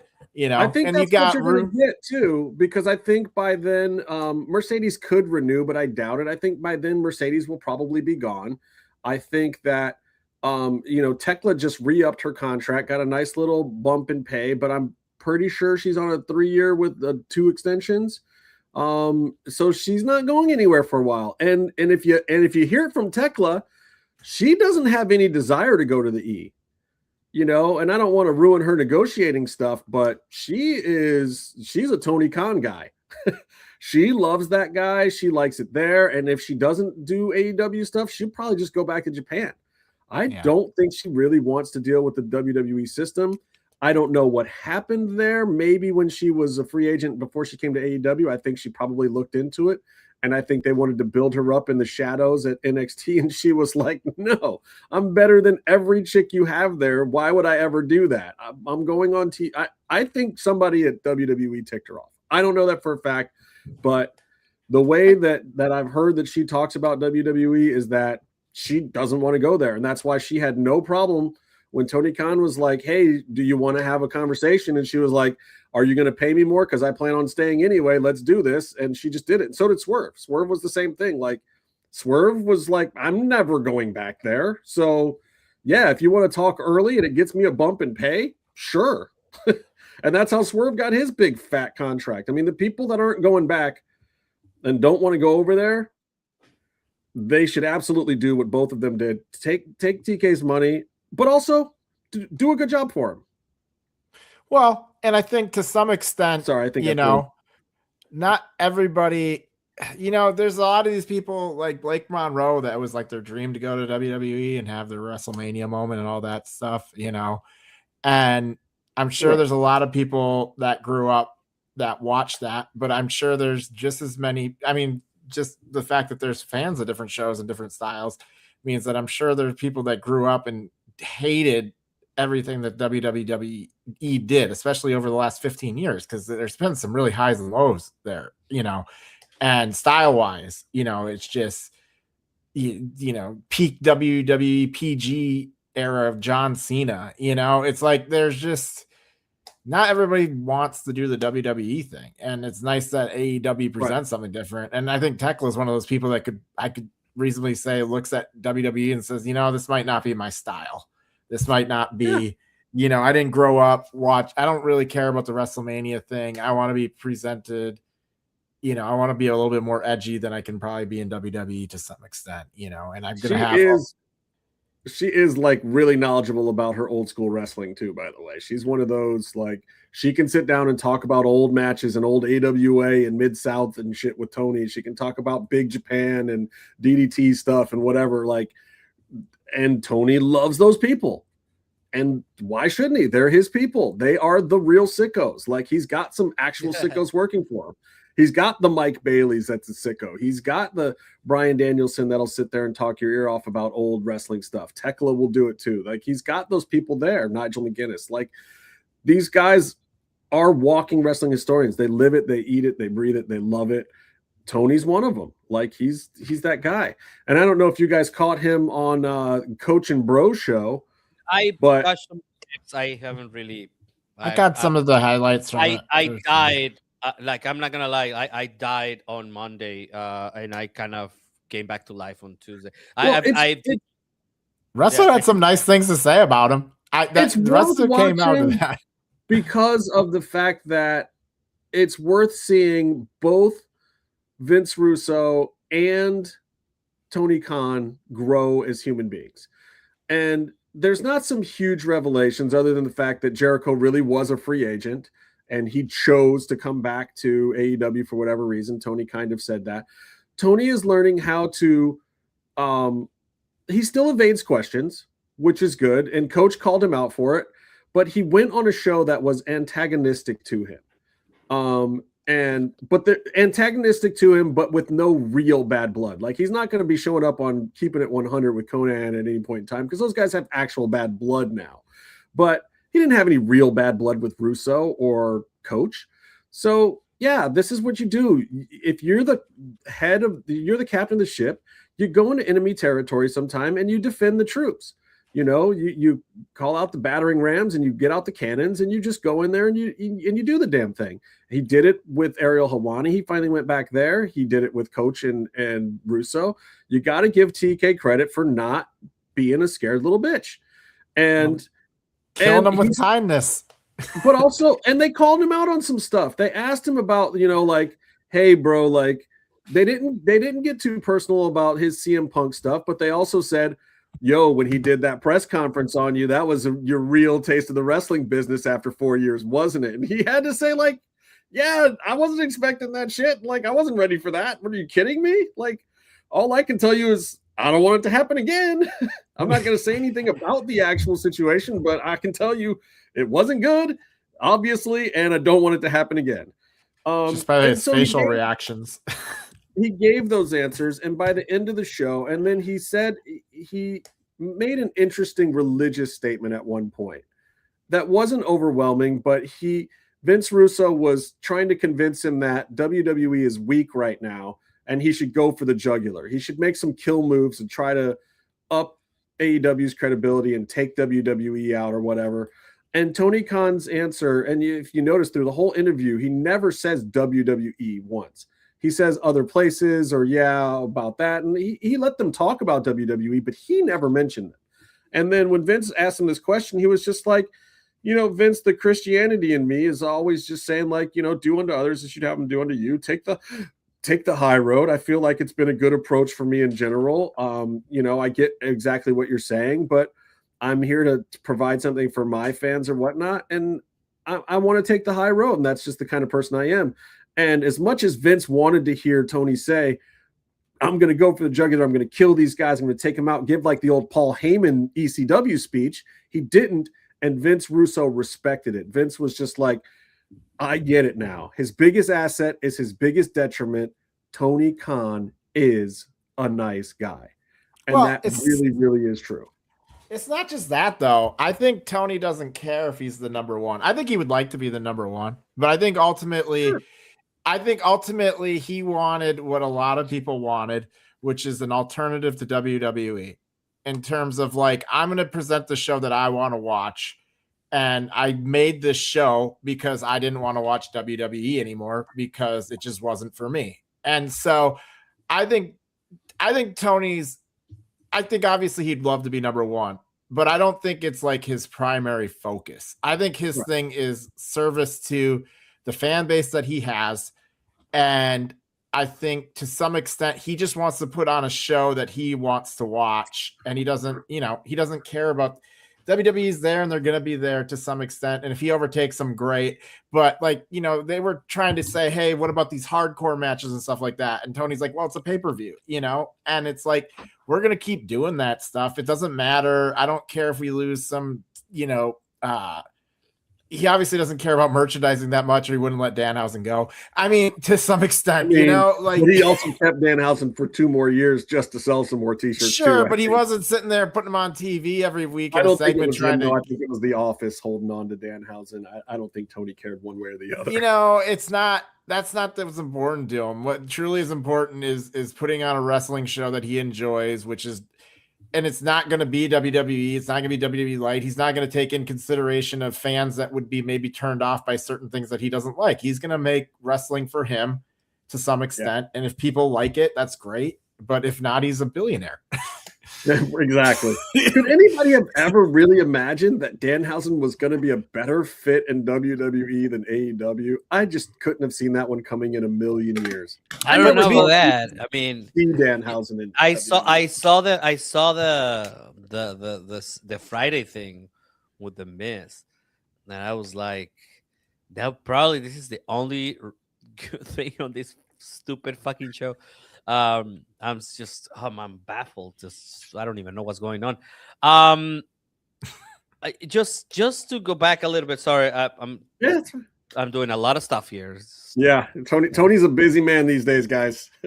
Yeah, well, so I'm trying to do this thing for kids, and I'm trying to get people to go. It's crazy, but hopefully it will happen. We already have a donation for kids to a whole bunch of toys that we're gonna give them, and Children's International Day. So I'm just trying to make it even better. Anyways, I don't think that I think that Tony Khan, not me. I think I'm not speaking myself on the third person. I think Tony Khan's position, as you mentioned, about being number one, I think he's got the right thing to do, because every time somebody has tried to do this crazy thing of taking over, going for the jugular on WWE, because of that eagerness, they have failed. But right now, let's be honest, AEW is the better product right now. Their show tonight was awesome. Dynamite was really good tonight. Except for AAA, which it's like a secondary brand. The AEW is better by a long shot. Right? The numbers are showing it too. I mean, their numbers are coming up, and the WWE numbers are going down. But also WWE did go back up with SmackDown last week with the McAfee thing because of the +3 ratings. That it went up because there was a bunch of controversy, but it wasn't necessarily because it was good. It was positive, exactly. So, but my point is that AEW has been consistently better through the year so far. Tony Khan even said that in the interview. Tony Khan said they were asking him about one of the things we always ask about, which is the writing and this, that, and the other thing. And he said, look, I've tried it a few different ways, but the show is just better when I'm the one doing it. And he wants to write it for himself. and it's like, Tony, you could tell he has this thing where it's like, if you want something done right, do it yourself kind of feeling about it. And it's not that he hasn't tried. Like he's let other people try to be the showrunner for a little while. I think one of the problems is he doesn't stay the course long enough, and he doesn't break up the work the right way. Like, I think first and foremost, he needs to just let someone else run Ring of Honor. Sure, keep Collision and Dynamite, let somebody, but at the same time, I got his viewpoint. But in that, he also acknowledged that, like, hey, my product's not what it was 1 year ago or even 2 years ago, and I like it a whole lot more right now, and so do my fans. Tony was like, I know where we went wrong on quite a few things, guys. Like, and he's not going to say it directly, but he's like, look, the product's better right now. We're just going to hang on to this. I think I've got some good ideas. I think I'm keeping my fans happy. Let's do this, which is great. I'm gonna make a question here. So the shows are the weekly shows are great. The pay-per-views have been yet long, but too long. Good. Best bang for your buck. Yeah, we get that, Barber. Yeah. But my point is, this is gonna be very fucking weird. Will it be better if we don't have the drinking the other guy's blood in the next pay-per-view? Like, if in the next pay-per-view, it won't happen because it's in New York. You can't have blood in New York. Yeah. Oh, you can't have blood. Okay, there you go. So no blood. Okay. No, but the next one is in Vancouver. I don't know. I forgot what Vancouver. Well, isn't there one of them in New York or something coming up? Yeah, but I mean the next one, it's because right now they can be. It's on Sunday. Yeah. Oh God, we gotta do a. I won't be there, by the way. I'm doing a college tour with my son, so I you don't guys know. I'm flying back. I'll probably be dead because I'm flying back from another city in Mexico. It's a 45-minute flight, but the bear. Yeah, so Bear is gonna be Bear and Comatose. It's gonna be me. It's gonna be you and Kama from Australia. I'll be down with that. That'd be fun. Okay. Well, hopefully you guys can keep the chat up for the whole night because it's gonna be 25 matches. I don't know.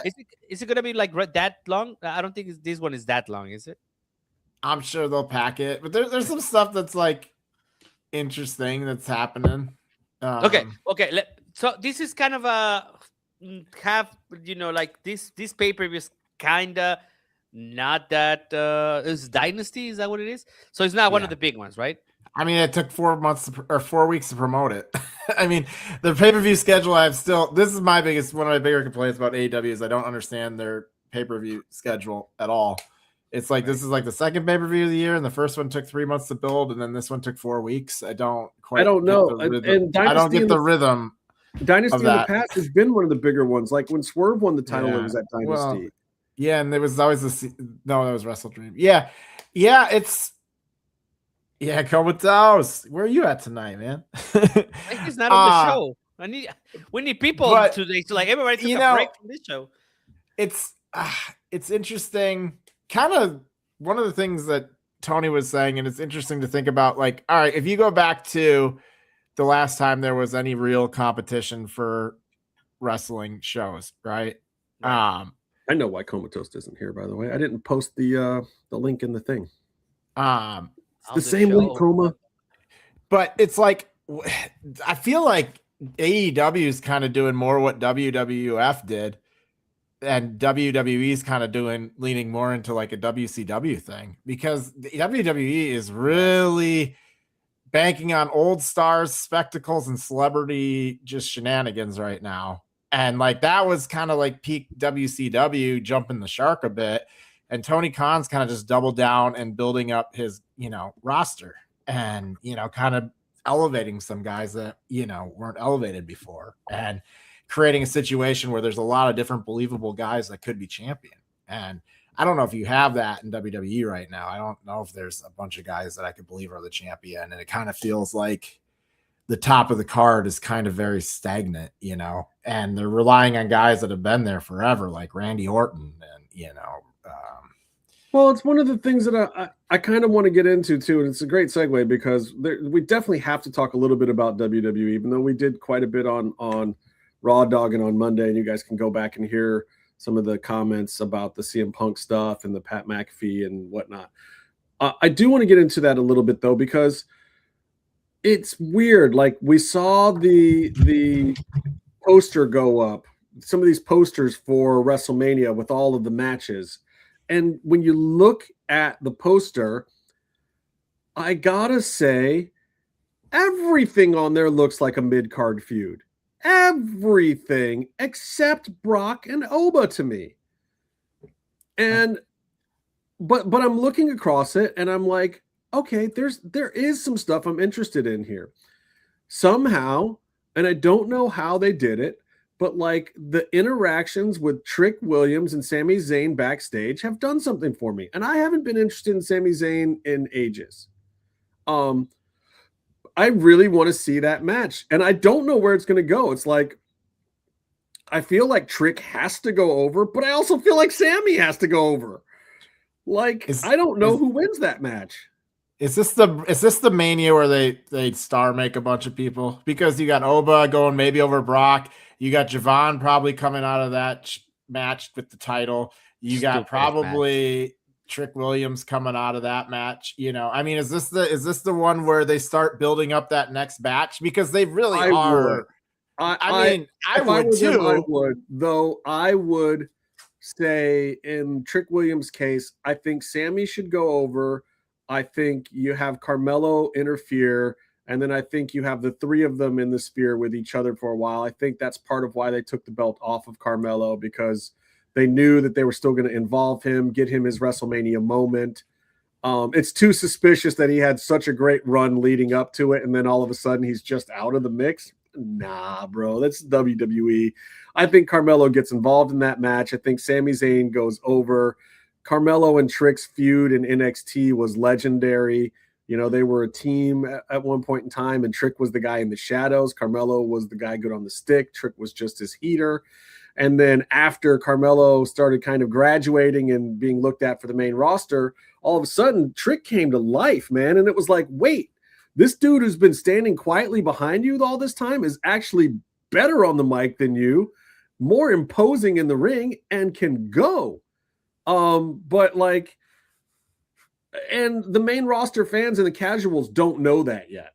So they have some history, they have footage, they can start to build that. And I think that that's where it goes out of it. So I want Trick to go over. I think Trick is the next big star. I think Trick should have the belt by SummerSlam personally, but that's just me. We'll okay, see guys. What they do with it. Also, can I just say something that's happening right now in Mexico? So starting Friday, 24th of April, on Fox Sports 2, CMLL Live. That's an open channel. So which show that of the six that they have in a week is going on that? Friday show, the spectacular, the main show. Their main show is Friday. Wow. So they're gonna be on Fox Sports 2. And that's typically Arena Mexico, right? That is Arena Mexico, yeah. That way am I speaking like you? Arena Mexico. What the fuck? Arena. There you go. Thank you. When you speak Spanish, you sound Caribbean, bro. Not gonna get there. We're not gonna talk about it. I really enjoy that there's like here. I like that there's a lot of different little things happening underneath like AEW, and then you have like United Empire show up, and I don't really quite know who they are, but they look like super dope, and they're like costumes together. Is it the same people? I thought they were. There's a lot of them. I mean, it's like, right? But I mean, they came in and like it was kind of something out of like a comic book, like to some extent. It was like, oh shit, Will does have friends, and they're from a different universe that I'm not 100% about. But these guys are presented pretty sweet in the main event right now. They actually are looking pretty cool, and like they went over, and I was like, oh cool, they really did up United Empire on there. As somebody that doesn't really watch New Japan, you know, like it was cool. I didn't necessarily need to know who they were 100% to understand like who they were. Like, you know what I mean? Like it was a really good introduction. The main thing to understand is that the current champ, Callum Newman, is a Will Ospreay protege. He is another Kyle Fletcher, basically. He's the next one of those. 23. And he's the IWGP champ, which is good and bad. This kid is the future, but he doesn't have a lot of I want to say this as politely as I can. He doesn't have the same level of ring awareness yet. From the matches that I've watched, and I've had this complaint about a few people recently. He's another one of these guys that he's working the crowd and he knows the assignment for the first 33% of the match or whatever. And then he gets kind of lost in the moves and the layout and like executing the thing. And it becomes a little too technical where the interaction with, and this can be very difficult in Japan too, because the crowd doesn't react unless you make the crowd react, because they feel it's not polite to react unless you're making them react. And when you know that you're making them react, they react. But it's why a lot of Americans get over there, because Americans stop to get a reaction because they're taught to do that here in the States. Callum is one of these guys that forgets to do that the second half of the match.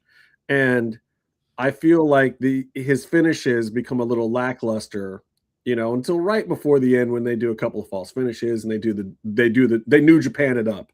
But he's very, very good. And so he's kind of this new face of the United Empire.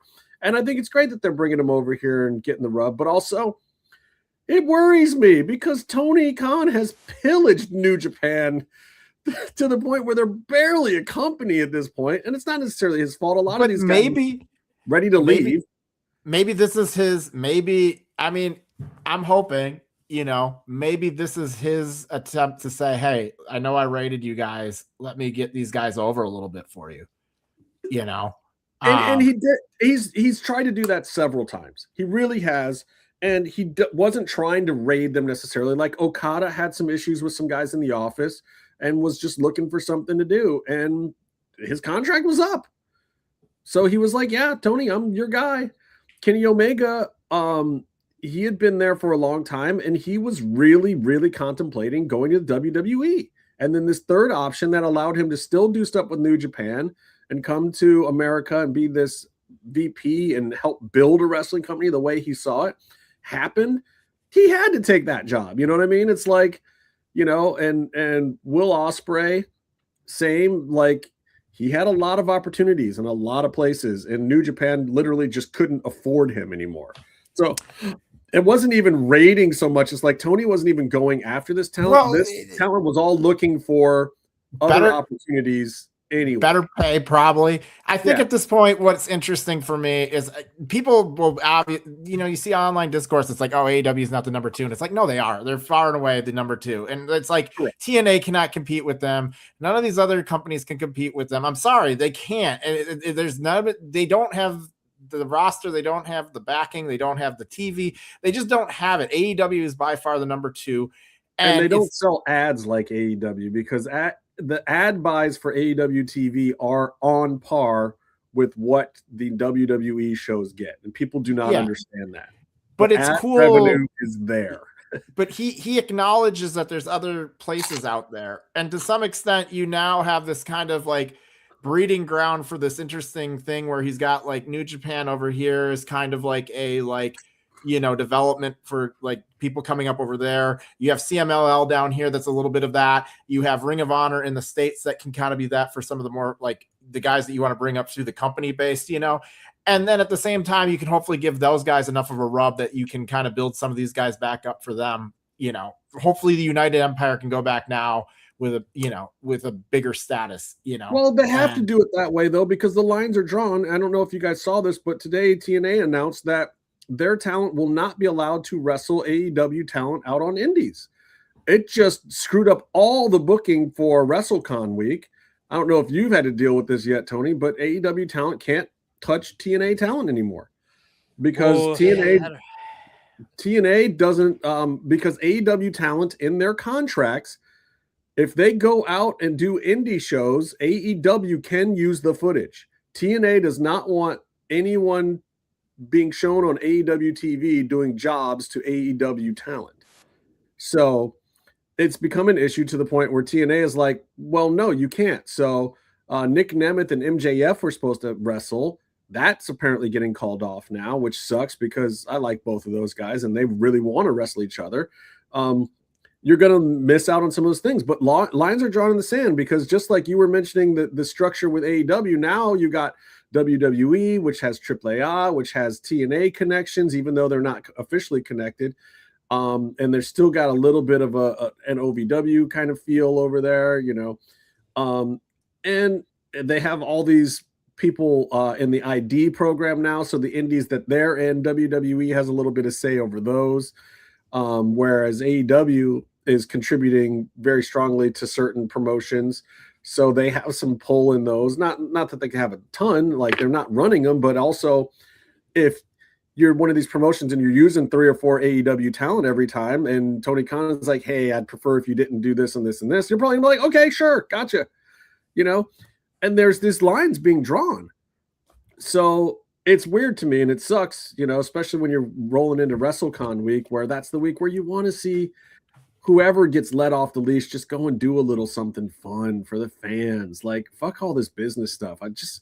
I want to see Nick Nemeth versus MJF. It's just fun. Yeah, that is a fucking bummer, I gotta say. I know, but it's kind of getting into that DC Marvel thing, you know, which is also kind of fun. What do you mean? But we had the what was it called? The Amalgam Universe at one point. Don't bring comics into this conversation. But that's what it's starting to get into. It's starting to get this vibe of like when United Empire showed up today, I was like, man, this shit's like straight out of a comic book type stuff. You know, it's because it's like there's like a whole nother comic that I've never read, which is like New Japan, and it's not like and then all of a sudden these guys, it's the crossover. And that's kind of cool. And that's why I do think, you know, United Empire showing up. Hopefully, I don't know. Maybe I start going and looking at New Japan now because I'm like, these guys are kind of cool, actually. You know, and I hope and you know, Persephone coming up and doing it here. Maybe I'll go check out some CMLL now. You know, I mean, I think there's these partnerships because AEW always gets a bad rap, and I know I'm the AEW stan or whatever, but AEW always gets the bad rap for not, you know, they don't, their business deals are always one-sided, and I just don't know if that's okay. the case. So oh my god, this is getting insane. Do you want to add a crazy part, like a crazy universe thing to this? Like, sure. Fox, the American Fox Tubi, bought Caliente TV, and they became Tubi Fox, right? They have AAA. Fox Sports Mexico, they bought the rights to the brand, to the Fox brand in Mexico. They have CMLL. Oh, and guess what? They're suing each other for the names of the rights of the name, for Fox name. This is, I just realized this when you were talking about comics. I'm like, holy shit, this is even getting even deeper now. We have the two Fox companies fighting itself or each other, and they have both the different, like both sides of the company. This is crazy stuff. I love wrestling right now. It's crazy. But the interesting thing is that the difference between comics and wrestling is that you actually it's my boy TK. Just in case we forget, if you're Marvel or DC, well, definitely DC. Definitely DC. I've always been more team DC, man. Like just even in general, but I think that's good because they're a Warner product, and Tony Khan is a Warner product also. So you're definitely team DC. Right. Yeah. But well, I gotta say, I know this is gonna sound like I'm just like Bear here. But yeah, I have always been more of a fan of DC Comics. I think all the Crisis, all you the have Dark one of Knight, these? We got to get you one of these. He was hanging out at CML this week. Mine is on my phone, and it will never leave my phone. Let me tell you. But you know, the difference between comics though is that you were talking about that crossover appeal. There, you still can get some of that crossover appeal from AEW or to WWE. It happens, you know. Like you don't get that in comics. If a DC property is there, they're not crossing over into Marvel. It's not going to happen. I mean, I'm sure it has, but you know, it's not going to generally happen like that. In wrestling, you actually can get, you know, a Blake Monroe showing up over there, or you can get a Christian Cage showing up in AEW, you know, Swerve Strickland. I mean, you get some of that crossover, which is kind of cool, you know. Yeah, and so there is still potential for take that. Advantage of it, and Tony Khan loves his super matches, so it's a good thing. All right, guys, I'm gonna run and get the home face stuff, but I'm gonna start you off with this topic while I go grab the home face stuff. Home face. Oh, this is. I want to talk about the Cody Rhodes of it all for a second because 3 years in a row, they have mucked in the Cody Rhodes title matches. The first year, he wins the Royal Rumble and then somehow isn't going to get the match because of The Rock. And then fan demand got Cody back his match. Then the next year, They Travis Scotted up his whole thing, and God only knows what happened with The Rock and whatnot there. This year, and I think you witnessed it with Cody's promo, which is the of the 3 big promos in the last week in WWE. Somehow the Cody one is not getting talked about much, and I feel like that might have been the most genuine one of all of them. And the way it came down was not scheduled. It was not on any sheet in the back. That was a pure reaction to the writing team and the creative team getting screwed over by the Pat McAfee thing, which I'll tell you more about in a minute. But Cody Rhodes, for the 3rd year in a row, he's got this thing going with Randy. Him and Drew came up with this thing to try to build it. And yeah, it wasn't working great. And Randy was getting cheered. Cody was getting booed.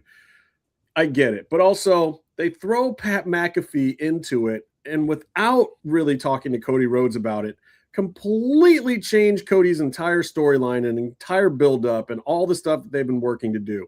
So for the 3rd year in a row, the brass or somebody above him and above Triple H on the totem pole has mucked in Cody Rhodes' WrestleMania match. However, the last 2 went pretty good for Cody.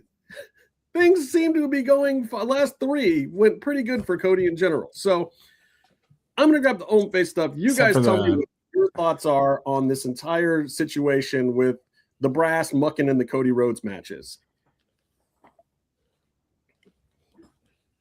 You go first, Bear, because I'm eating a sheep. All right.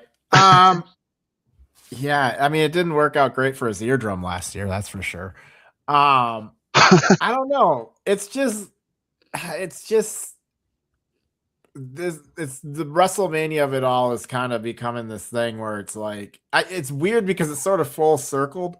Because I remember like the early WrestleMania, it was about this like kind of bringing in this mainstream appeal and like kind of celebrity crossovers and stuff. And that was like a big staple of the early WrestleMania. So like having all these celebrity things is not necessarily not staying true to the originality of it all. But like at the same time, it's a bit much now. We've like crossed over into a bit much, and like there's some good ones. Like I think the speed one is actually getting really over. So this is what I want an answer for from you guys. Like, is it because they're influencers and not your typical, celebrity? I mean, it's not like they got fucking Tom Cruise coming in or I don't know, Cyndi Lauper, because I'm a fan. I actually like her music a lot.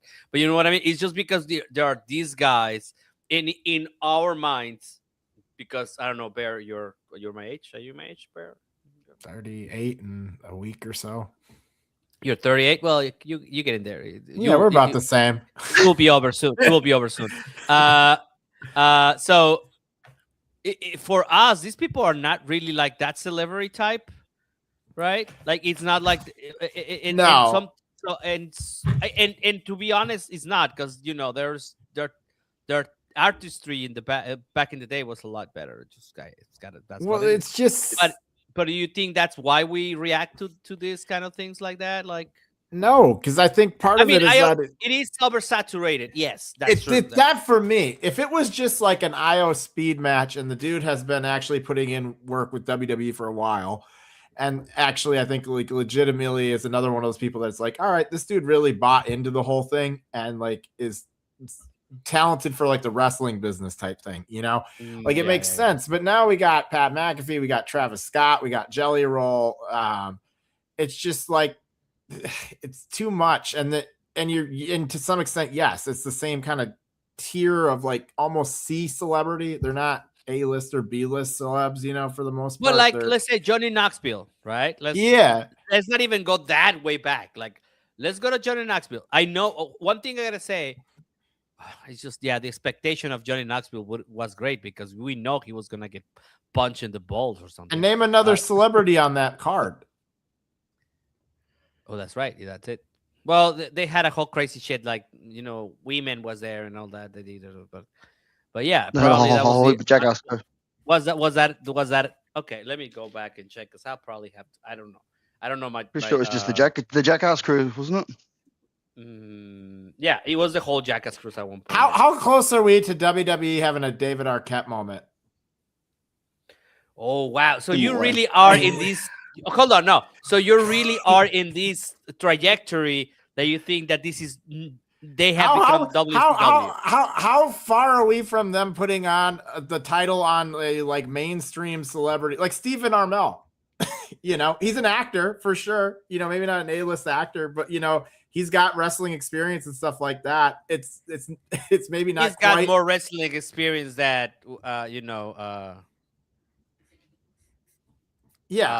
than what's his name? Arquette had. I mean, David Arquette. To some extent, no wrestling experience. This guy has been on the Arquette ring was ready to rumble fucking AEW before. He was in the original All In. What if Pete Davidson got really serious about wrestling or something? I mean, and WWE's like, oh, look, we can get all these fans by putting the belt on him because he's, you know, a bigger deal. Like, I don't know. I feel like there's an over-reliance on trying to get these people to get people drawn into WrestleMania instead of the actual wrestlers at this point. Like, they're using these celebrities to get the draw and not the actual, like, show or the build up, and I think that's kind of fundamentally a problem. I think it is. I think it is in a way, but like I think it's more looking at like, you know, like you were saying before, we had our celebrities and we have our celebrities that we're used to sort of seeing and recognize, but you've got these younger people, these streamers and these influencers like, you know, Usher, Speed coming through. Even like the Logan Pauls and stuff like that, where they have this younger crowd. So it's kind of like the transition in generations as well, to try and get the younger audience through as well, and you know, make it pop for them along with getting their audience as well. So I think that's the sort of angle that they're probably trying to you know. Which celebrity appearance are you the most excited for, Comatose? Am I really even excited for any of the celebrity appearances? It's so hard.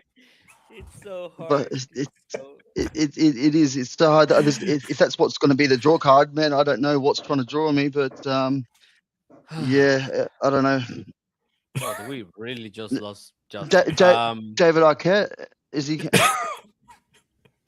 What if they bring him back? About... Hold on, let's do this. Whoa. What if they bring him back? Settle. He's actually trained now too. He's actually trained to be a wrestler by now. Yeah, he actually did an interview, I think a couple of years back, when he was like, I am actually a really good wrestler now, but I will never be able to be on mainstream because of that bullshit, right? Like that's right. Yeah. Well, this is what happens when you learn how to wrestle. This is what happens when you learn how to wrestle 10 years after you're the world heavyweight champion. And to be fair, you could have probably put like a lesser title on it and been okay. Like you could have probably given them like what the USA title or whatever they had. The USA title would have been fine. That's the thing. I mean, I get movie promos and tie-ins and whatnot, but this is what happens when executives. They didn't put a cruiserweight championship in my hand. Cruiserweight. And that would actually be kind of funny, you know. Like he could have. There's 1,000 better ways to do it, but I would. But I'm just saying, all the guys that had come in before that, you know, you had your Mike Tysons and you had your Dennis Rodmans and some of these other guys that were actual athletes. And then you even had like the Misfits coming out with Vampiro and stuff, but those guys were jacked. They were jacked.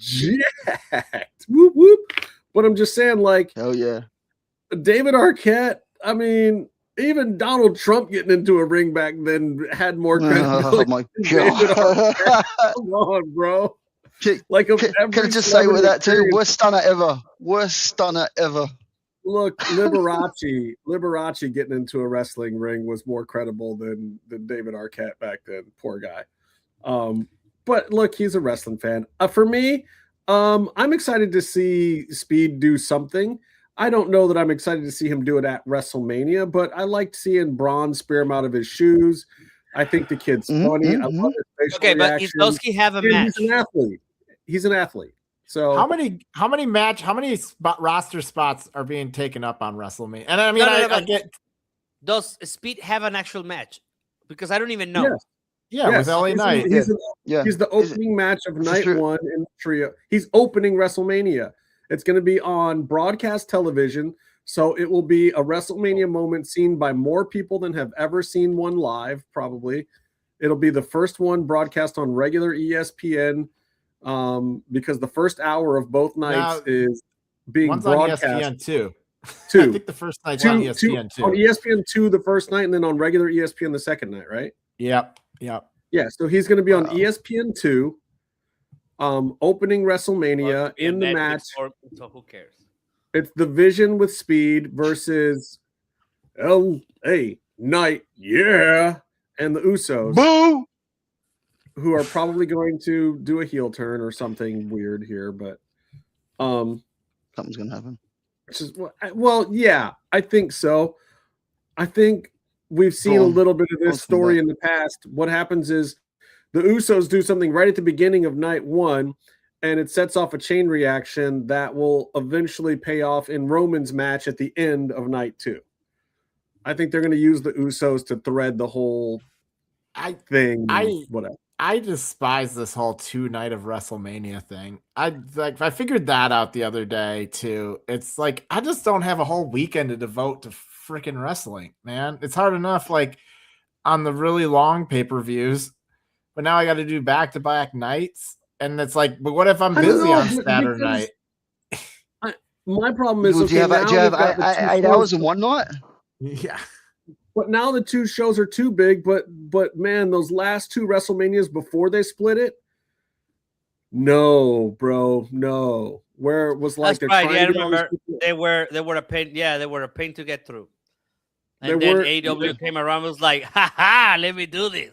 I mean, look, I bitch about Tony Khan all the time doing these long ass pay-per-views, but at the same time, not one of Tony's 5 or 6 hour pay-per-views has ever felt as tedious as those last 2 WrestleManias before they split the nights. Yeah, you're right. Tony Khan has never bored the shit out of me like that, where I'm like, we got to the headlining matches and I did not care in those 2 WrestleManias. I have forgotten to do this part, but like I got some pretty cool merch. Oh my gosh. In cool. Arena Mexico. I already had this shirt. But this hat is just pimping. Look, and then I got this jacket too. Look at this guy. Look at the inside of the jacket. That's pretty sweet. That's fresh, bro. That's popping fresh. in out of your green screen. What woman can say it? Gives a strut. Yeah, you should leave that on. That's you look like a much cooler guy wearing that. What do you mean, loco? I can turn it on. I can turn on the crazy Mexican like sub loco. Looking at me like that, eh? Hey, vato. You're looking at my rucas, eh? Because I don't like that shit. Well, there's a trick. See, I don't know though, Tony, because there's a difference. You did like Puerto Rican high five because you threw the whole head. The Mexican high five, you start with the chin up, and then you just go up and come back down, but you never drop the chin below the mid-level. Puerto Ricans do that. Hey, man, I've been around too many of my Latino homies, so I know. Now it's all just starting to mix together. Yeah. Speaking of which, we got that's pretty sweet. Oh, look at the beer. So cool. In the club. Oh my God! Come on, you page. up? That's insane. You're that's so good, dude. That is man. So good. That's crazy. I like how we're making the heart hands now. I should have done that. Yeah. What's on your shirt? What's on your shirt there in this picture? It's me on the beer too, bro. On the beer can, also. It's me and TK, man. We're having a bromance, like an anime. It's pretty. But sweet. they're doing the fucking heart. Are you? Yeah. Damn, bro, you're so. I don't know good why at we didn't do that, man. This is incredible. I need it on a shirt. Get the shirt on the shirt. Oh my, the shirt on man, the shirt. I cannot believe this. That's me and my boy TK. We go way back to a bar in St. Paul 2 weeks ago.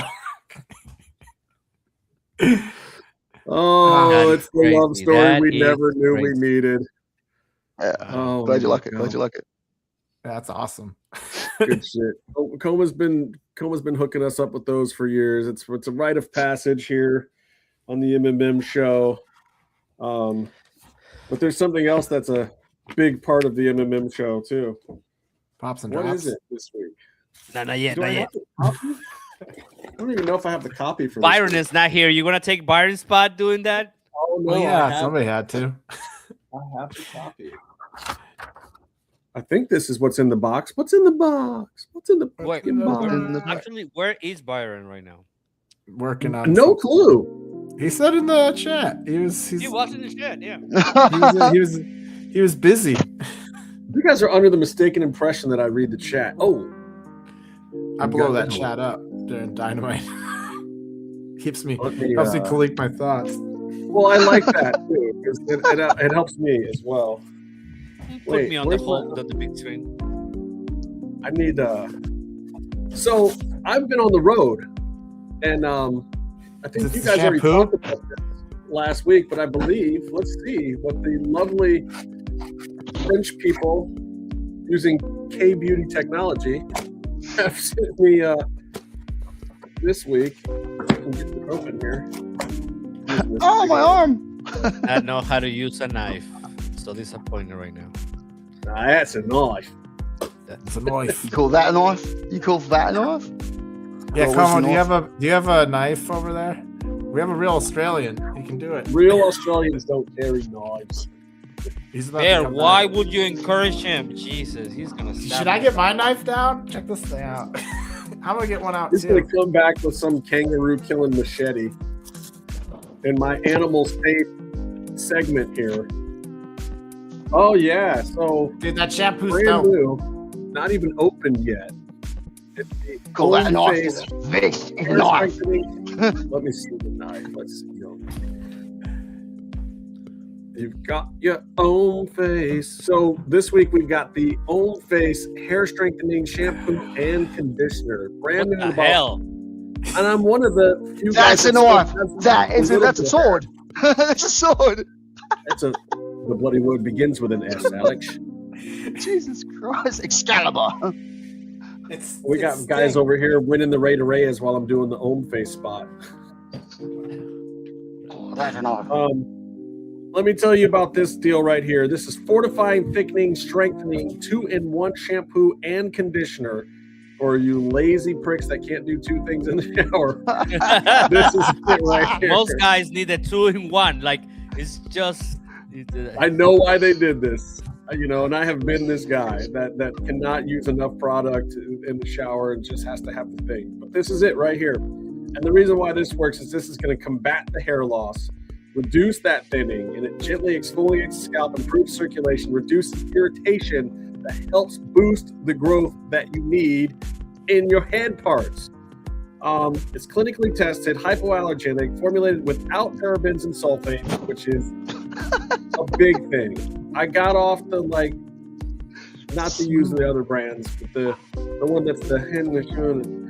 I got off of that crap a long time ago because of the parabens, and there was a young lady that I was dating at the time that was like, you got to stop using that crap in your hair. That's why your hair is thinning out. That's what's going wrong with your hair. So I started using stuff like this, but this is the ultimate version because it's formulated for men specifically. It's got natural DHT blockers to help fight against that hair loss. It's gluten-free. It's Leaping Bunny certified, cruelty-free. It supports the hair regrowth, volumizes and adds shine, delivers all the essential nutrients, and it's completely vegan. No animal stuffs in there, guys. Completely. It's a perfect solution for dryness, dandruff, thinning hair, hair loss, itchy scalp, dry hair, damaged hair, oily hair, excess, oily crap in there. It's good for all hair and scalp types, and even color-treated hair for you fellas out there that might be dyeing it. What? So it gets to the root of the problem by rebalancing your skin biomes, removing excess oil and product buildup with the hair follicles to boost healthy hair growth, reducing that hair loss, and gently exfoliating the scalp without stripping the moisture that you need. And it's infused with bioactives to strengthen thinning hair, delivers essential nutrients. This is what you need, guys. Salicylic acid, BHA, removes the excess oil and the product buildup. The niacinamide enhances the circulation in your scalp. The D-panthenol nourishes, strengthens, and protects against the hair getting unhydrated. And then you've got rosemary, sesame seed, ginseng, viola extracts, all those natural ingredients to soothe and rebalance your scalp, give you that natural biome, to boost the hair growth. Just remember, folks, Own Face offers the best in class skin, hair, and body care solutions for all you fellas out there, powered by K-Beauty technology. And as we mention every single time, HF products are 100% vegan, Leaping Bunny certified, cruelty-free, and crafted with clean, skin-friendly ingredients. For limited time only, they're keeping it going for us, guys, because you go out and buy it, so they keep it coming for us. That code is still good. Oh, Leaf says the shampoo is so good. True that. Yeah, Comatose is here, but he says this CMLL and FS2 is awesome. Our code is MMM20. That's MMM20, and that code gets you 20% off. That's why there's a 20 after the MMM. So it's Mass Mats and Mayhem. That's us. MMM20 to get that home face and 20% off. Just because I love you guys, not only are we giving you that 20%, or how do you say it in Spanish, Tony? 20. We know you won't. You also get free shipping. You get free shipping. I'm giving you free shipping. You hear me? This box, your house. If it's in the U.S., sorry, Coma. No. This goes in a box, comes to your house for free if you use the code. You pay the price for the product. You don't pay for the guy bringing it to your door. That's the best I can do for you guys. 20% off, free shipping, code MMM20. Go to HOMMEFACE.com. That's homeface.com. Great deal. Get it. Get it. I'm hoping and it helps. We have to talk some pops and drops. Wait. Before we get to the serious stuff, if any of this can be serious, I have to show this photo. Hold on. Where is it? Come on, Tony. Where are you doing, man? What you doing, gringo? What you doing, loco? You think I'm loco? You think I'm loco? I need to. What is it? Jesus. Oh, here we go.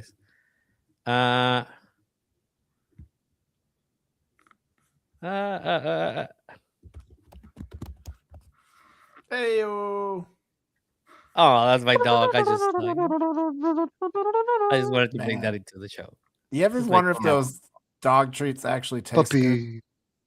I'm not gonna say where are we going with this. I'm gonna deny it. Cookies, like legit look like they would be okay. You know? Well, the cake is basically. You got some hunger issues, bro. The cake is basically what's it called? Peanut butter. So yeah. Yeah, right. That sounds delicious. Yeah, it smelled really good too. Like it was like, oh damn. You sure you don't want to share a little bit of that? Standards, boys. All right, you can go back to the regular show, Justin. Sorry, I had to bring my dog into this. I was very happy.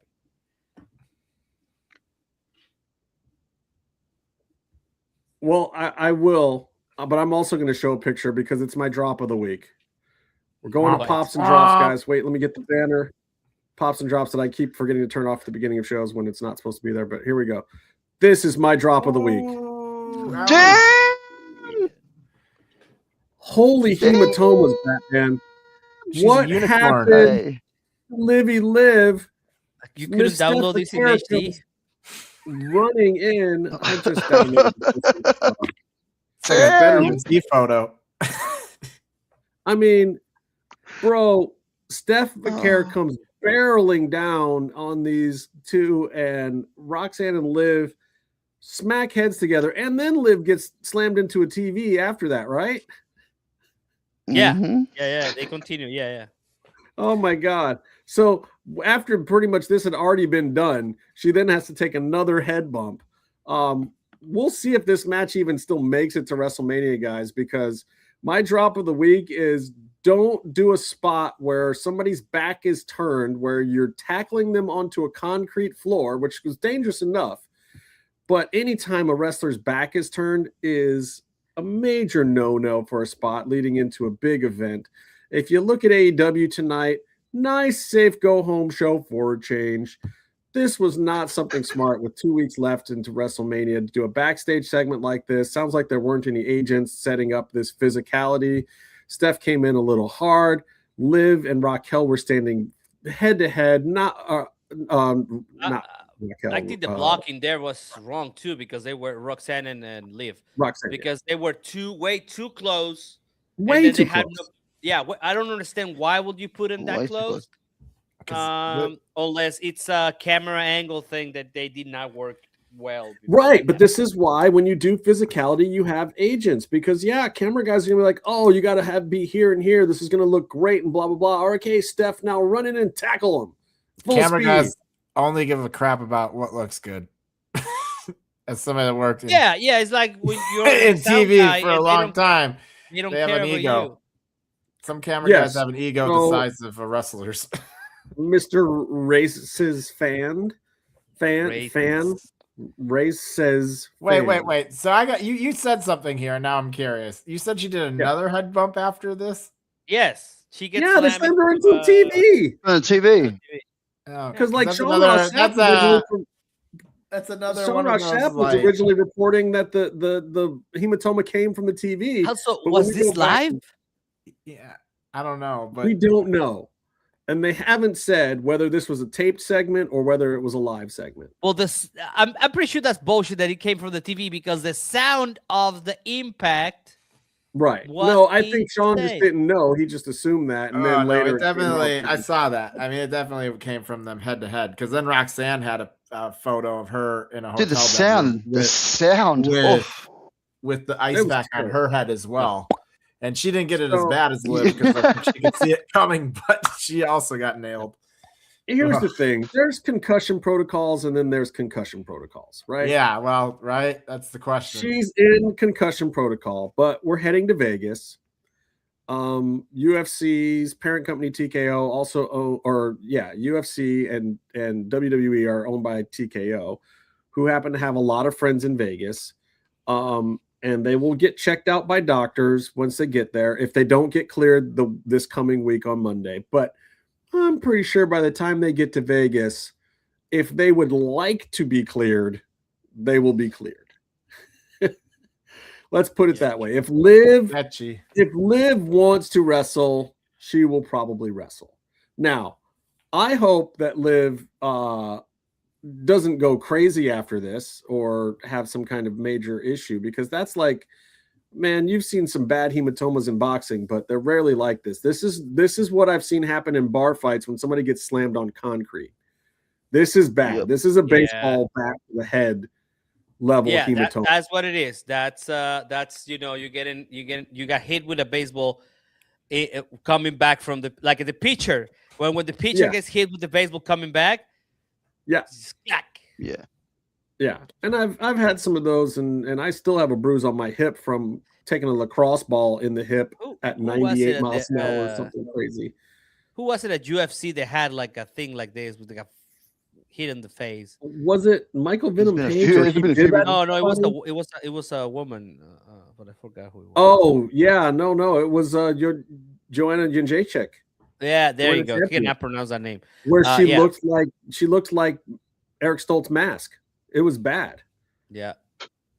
Like her whole face was like, oh my God, you are a monster from outer space. She had like dual hematomas and just looked like not even human. And she's a pretty girl. Yeah. And somehow she got back to being a pretty girl, but it took her a while, and she don't fight as much anymore because she was like, no, I got beat into Space Alien. One time. I think the swelling was down. I mean, I had one of this one time when I was riding a bike. I was probably like 15, and I just flew off the bike, and it's like, and it was like, what is this that I can see in front of my forehead? You know. But also the problem is they don't have real fight doctors, because these are not the kind of injuries that wrestlers normally get. So they don't have cold compresses in the back. They're not putting the stuff on this that a boxer's going to get. Anyway, this is my drop of the week. This did not go as planned. This is a fail. Like, if this cost Steph Baker her WrestleMania moment, I'm going to be so disappointed. But I'm going to also say this. It sounds like they've been holding back the Io Sky versus Asuka match that they were going to but right now there's only one women's match on night 2, I believe. But But because Nikki Bella might have that ankle injury, Kabuki Warriors may get called in to replace the Bellas. So I think they're holding off on that second women's match. But if that happens, then maybe Io Sky would be available to step into this match if Liv can't go for some reason. Because I'd hate to see Steph lose her WrestleMania moment. But the build-up with Liv was one of the better ones they had going. It's been going on for a couple months solid. It's one of the longer ones. So for me, if it's his pop of the week, you suck. Wow, that's my terrible, drop of the week. That's just bad. That's just bad. To each his own. To each his own. Does Roxanne have a WrestleMania match? She just got back, bro. She's just back. Been written out again. No, right. I was gonna say that if anybody should get it, she should get it, and then Liv could come back and that could be a feud because then she stole her WrestleMania moment, even though that she could be an angle. There. That could be an angle. There's an angle there. I think that works. I think that works better than the Io just trying to replace it for no reason. But as everything is, it's forced at the last minute with WWE. So who knows? I think this is very important. Is it her birthday? Look, when Bailey is around, Bear, it's always someone's birthday. Oh, gotcha. Because there's a lot of cake. French silk cake. I don't know, and I say this in the best possible way that Bailey is definitely hotter now than I think she's ever been before, and she's got a certain thing that is absolutely perfect for Meefloaf. Badonk. Meefloaf has a type. Let's just say that. Meefloaf has a type. Meefloaf likes cake. And I don't necessarily disagree with him on this particular account. So you guys, what are your drops of the week? Give me some drop A's. I mean, I got a few this week, actually, kind of. Oh, snap. Let's hear them. Like the Sid Vicious one, that's kind of fucked up. They're putting him in not even the legit Hall of Fame. Well, I mean, it's still the Hall of Fame. Yeah, but it's like an asterisk. Okay. Look at this guy. Races fan. You're another one. Daniel. Are we getting Demon fan? Even though Hernandez is not. We are getting the Demon. We're getting him. Probably. Are we? Can you start watching the show right now? Back. But by the time you get to this part, Sonny, thank you for watching. And yes, I'll send this message to Hernandez for you. But I don't know. The Sid Vicious one, it's just WWE being petty, their normal pettiness to some extent. What is it? I mean, who's being petty in there? Isn't everybody that was around fired by now? Like all these people still there? There's still grudges, man. There's still people there. But shouldn't he be in the Legends wing at this point in time? I mean, we're not like. That's not the wing he's in, isn't he? In the what wing is he in? I thought he was going into the Legends wing or whatever. No, he is. Is that the one? Whatever, yeah. But what's wrong with that? I mean, that's where Bruno Sammartino is. Like, he's not a current guy. He's take it anyway. I think that we're about to get to it, Sonny. No, I don't know. Don't get me wrong. Sid Udy is probably in my top 10 wrestlers of all time. He's one of the all-time greats for me because of what I thought about him as a kid when his character came in, and then when I saw him later in ECW even, and like every promotion he went to, the only moment that is etched in my brain of Sid's that I don't like is the leg break, of course. Because that just I love the leg break. That's brilliant. Oh, that's brilliant. He's only coming off the second rope too, and his leg just goes, and you're like, whoa. And I remember watching it, and I'm just like, oh my god.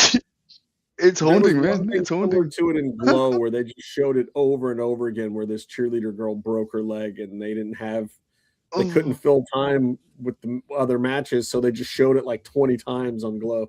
But it was equally as gruesome. But Legacy wing. He's going in the legacy wing. I don't legacy. I mean, well, I mean, he's a legacy wrestler. Yeah, I guess. what's wrong with that? I don't know. I guess. You're expressing something that a lot of people felt, though. A lot of people were upset by it. They want Sid to be recognized, and they really feel like he is being spurned a little bit by the WWE, which you can't really deny. I mean, maybe there is still a little bit of that there. There was. And why even put him there? If you really want to do some shit, you just don't put it on. It's just like because it's almost like I don't know, because they can get away with like, hey, we did it, but we also kind of did. I don't know. I think if you don't want to do it, you just don't do it, and that's it. I mean, I'm not saying that history there, man. I don't see this is a proper thing to do, but again, they didn't have to do anything. I suppose. It's their company. So as the way I always think about it, you don't have to do anything. Well, I mean, who are they making happy? They're putting him in after he's dead. I think that's almost even worse. Like, I would have rather they did an Ultimate Warrior with him and put him in and let him die 2 days later. Jesus Christ! Well, so at least he can give the speech. Yeah, because like he timed his death. He timed his death perfectly. I'll be completely honest with you. It's a setup. If you, do you think Warrior would have wanted to go out any other way? I mean, like no, that's kind of. I think it was great for him, and now now they have for timing for him at WWE. And he was the same. He had hella heat too, just like Sid. He came back and he got his moment, and now they have the freaking Warrior Award, and Dana Warrior gives it out every year or whatever. I don't know. Okay, that's a deeds. I get it. I feel you as a drop of the week. I don't necessarily agree, but I feel you. I mean, so what you got for me, Coleman? Oh, you got another one, Bear. I got at least one. I got one more major one. I think that I like I said, I understand why it's happening, but it is kind of a bummer that like matches were sort of put together and then all of a sudden this thing came out with like, oh, we're not going to be able to do this anymore. You're doing my thing. Fuck. Well, I can bounce it to you because I think it's just a little messed up that like fans had bought tickets and things with expectations, and all of a sudden it's like, it's like maybe could you have waited until after this to kind of make it and put it in place when there wasn't as much stakes, because some of these are like charity shows too. My complaint about this, it comes from really TNA. You are the one who really TNA. Is it not? I mean, you don't think this is another Ari Emanuel phone call? This is an Ari Emanuel phone call, yes. Unless they're like, I'm not necessarily attributing it to him because that you have no power in your own company. Damn, they don't. TNA does not have any power in their own company. Not under this new management. When it was Scott D'Amore who had some cachet in the industry at large, but these guys don't have any cachet in the industry at large. They have 1 year under their belt running this place, and they probably owe WWE their TV time. Yeah. Like they got the huge contract. They're doing good. They're selling ads. And I would be surprised if WWE made a sort of help them get that deal there because because in some ways it hurts AEW because AEW loses another place it could have gone if something went south or if they wanted to put a place for Ring of Honor. Now there's another network they can't do it with, Oh, Sonny, I don't think any of us disagree with this. The problem is we don't disagree that Vince built the thing. It's just that he turned into a piece of shit, and he did lose touch with some of his own greatness towards the end of his booking run. The last couple of years of his booking were just bad. He was having trouble with character creation. And even when he was doing wacky stuff, he wasn't coming up with the best version of it. And I take MXM, for example, the Maximum Male Models.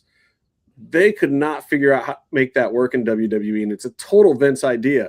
If you see those guys in AEW now, crowds go crazy for them. They figured out their own gimmick better than Vince ever could. to be fair, You know? Beans was too busy like trafficking women. So I mean, I don't even know if he was doing that at that point. He was already done. He was looking at the photos and the videos, brother. terrible. But yeah, but that was part of my like kind of my drop on that. But if we're gonna talk about WWE in general, I mean, I know that Friday show was like the worst. I don't watch SmackDown at all. I have too many things to do and there's too much wrestling. I'd rather watch live CMLL now that I would watch it on Fox.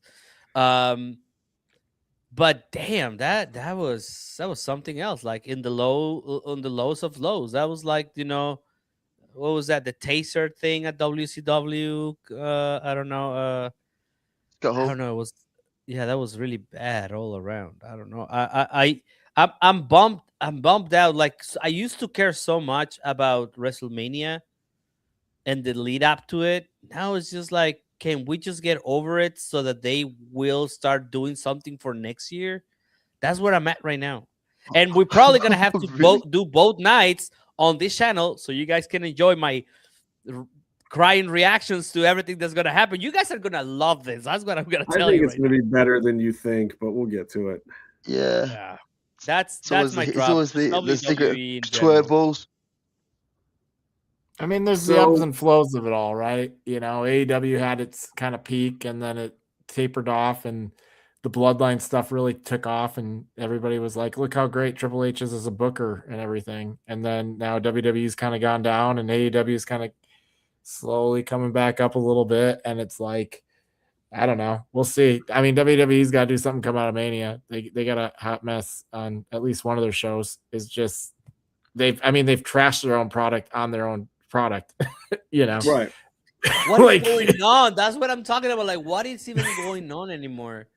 That they are just like, oh yeah, we're shit. Yes, we're shit. And dude, they buried them. CM Punk and Roman Reigns. That's my pop of the week, though. I don't want to. Coma, you have your drop?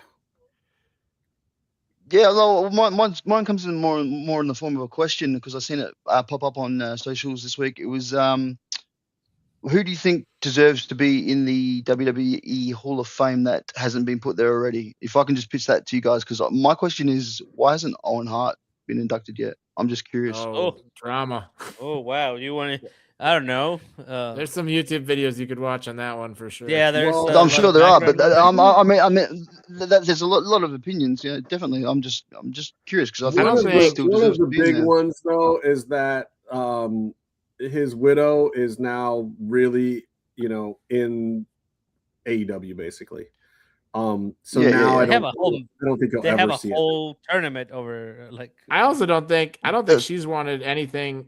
I think there's some big family drama with that because I don't think if I remember right, the widow wants nothing to do with WWE, but there are some loyalists within that family that feel like they owe Vince McMahon some shit, so they have sort of done some really heinous things. Would do it, but Brett will speak his mind. But I think the problem is if you do it now, it's Brett accepting and not the wife, and that's a problem.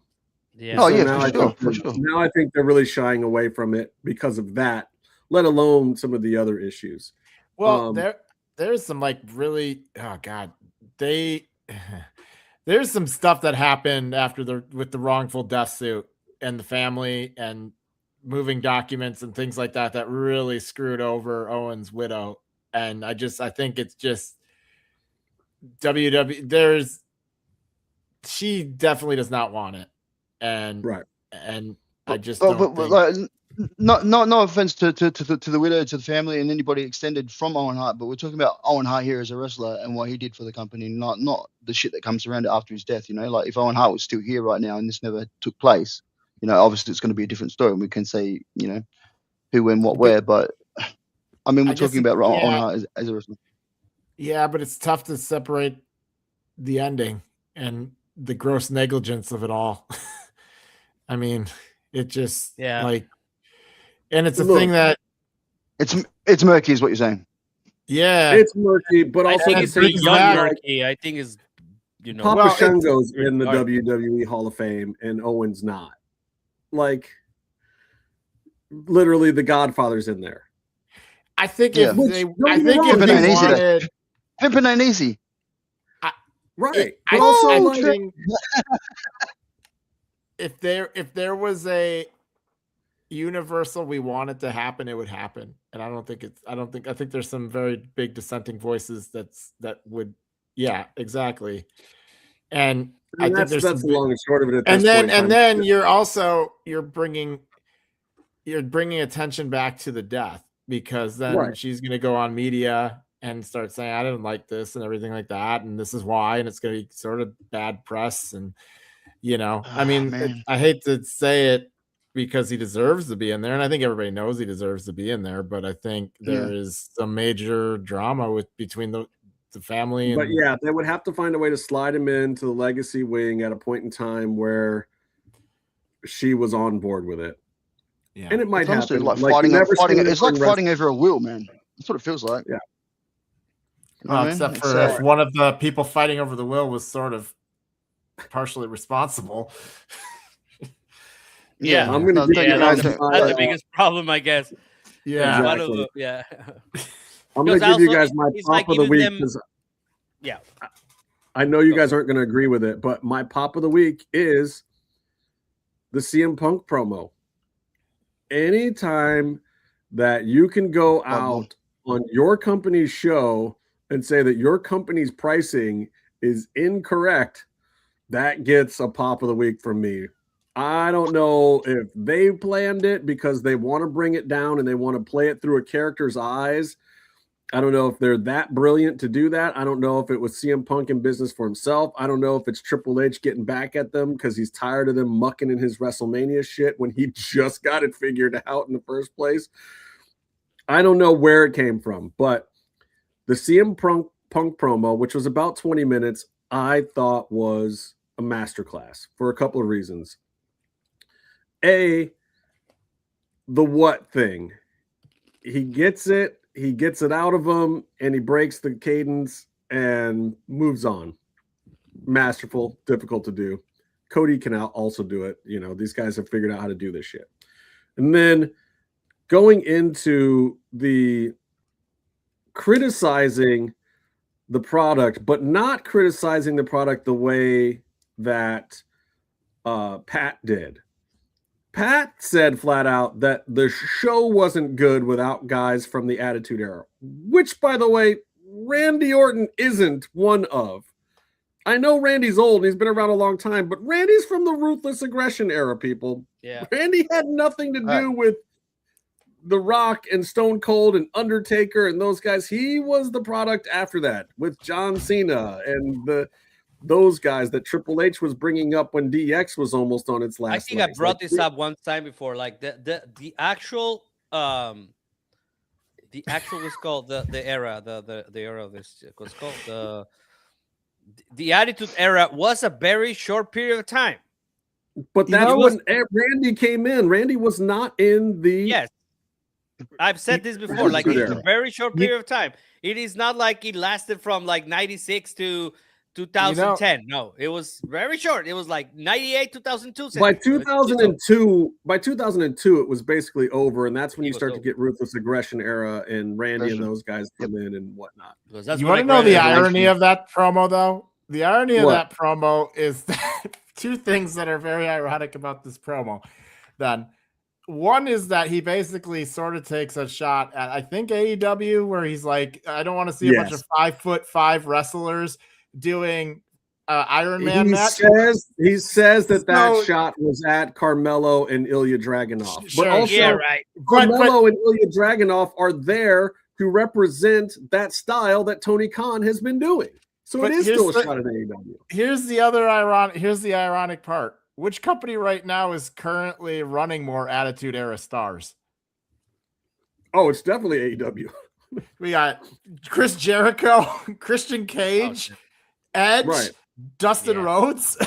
I mean, if Pat you leave McAfee, Dustin Rhodes alone. No, I'm not. I'm saying these guys are all perfectly capable wrestlers still at their age.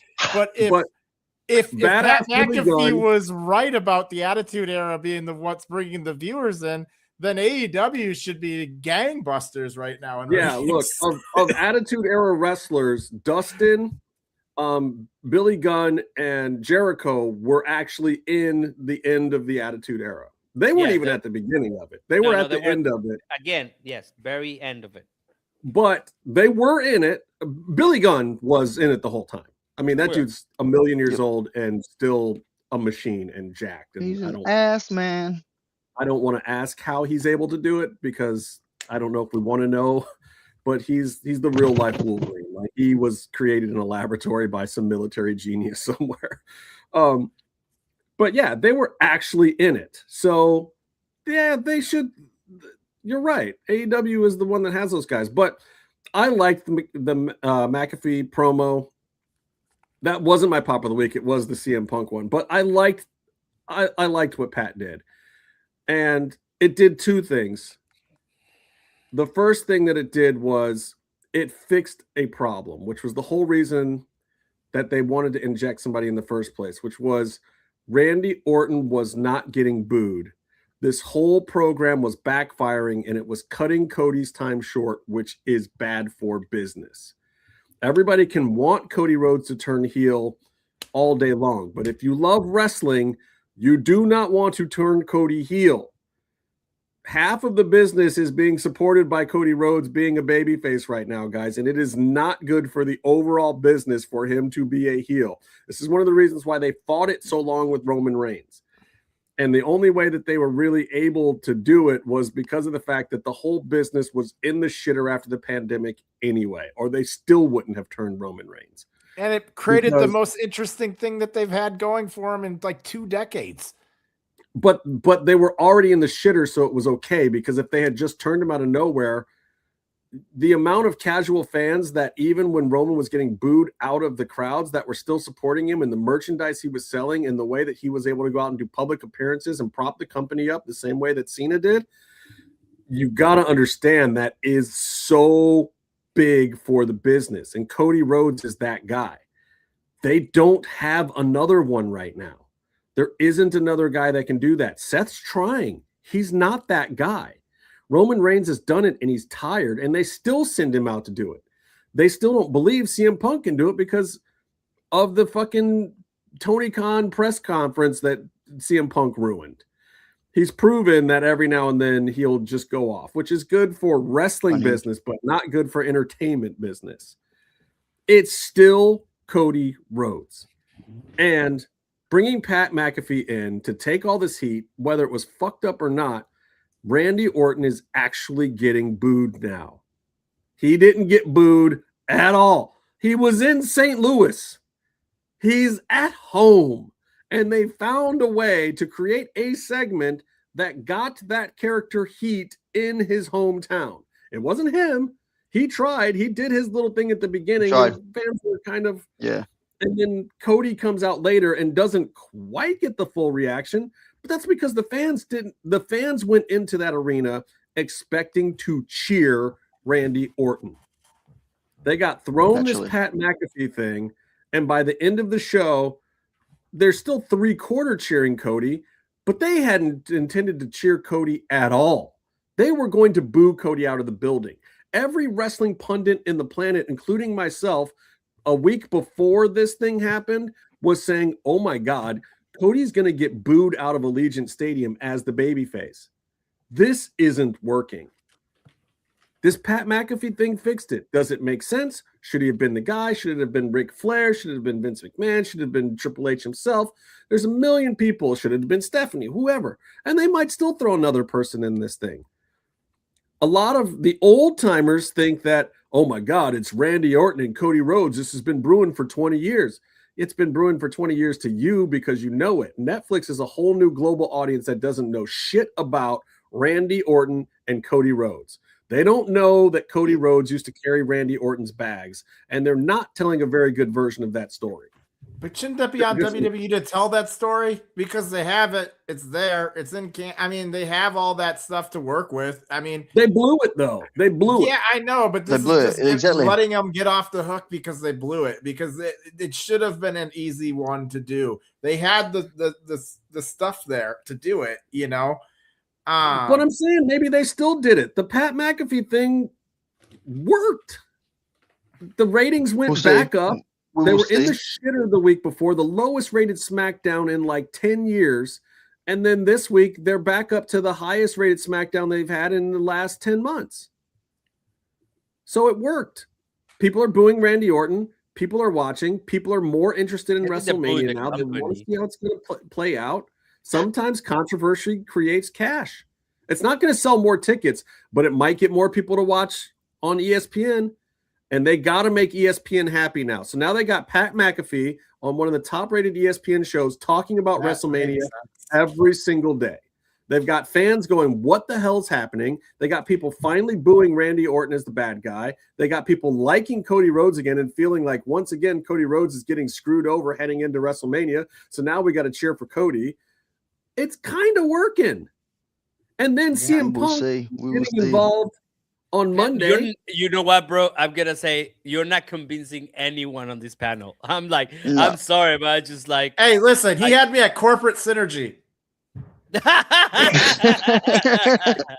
Look, CM feels Punk like an coming email out, somebody wrote. CM Punk coming out against McAfee helps also, because now it's like he's the voice of the voiceless. He's the people's guy. He's saying it also that Pat McAfee's a piece of crap and we should be booing this guy. That helps. Now your top two baby faces, even if they're not in the same programs, are aligned, and they're saying TKO has got the ticket prices jacked up, which we all feel. And look, I know this stuff is for me. Pat McAfee coming out and saying that this whole product is shit because it's not Attitude Era, that's for me. I'm that old guy, okay? CM Punk coming out there and saying the ticket prices are too high, that's me. I'm the one who's not going back to WrestleMania this year, who was there last year, that doesn't want to have anything to do with it because I don't want to go back to Vegas and I don't want to pay these stupid fucking prices. All this stuff is for me. So maybe it just works for me, but they got me. I'm good. Sue me. My pop of the week, CM Punk's promo. What do you guys got? What I got, Thunder Rosa has a dual contract with CMLL and AEW, and I just probably spent the best wrestling weekend outside of probably all in. It's just very different experiences. I don't know. It was magnificent. I will always cherish those days that I spent in Mexico City. Everything that happened, how everything came together, the little details right before it was in the air, and a lot of things could. So what you guys saw, it took a lot of work. And I don't even mean like those hours or the last couple of weeks, the last 3 years. Yeah, it's that's my pop. That's my pop of the week. Probably the pop of this semester. We'll see. There's a lot more stuff to come. You guys are gonna love it. I'm pretty sure. I'm sure Barry's gonna really love it. We'll talk about this later. So yeah, it's gonna be pretty cool. There's Meefloaf's drop of the week, by the way. Jade's pump kick. Oh, I'm so mad at Jade about the kendo stick thing. We talked about it on Raw Dogging, but Jade, brutal kendo sticks. Oh, so bad. There was one tonight too.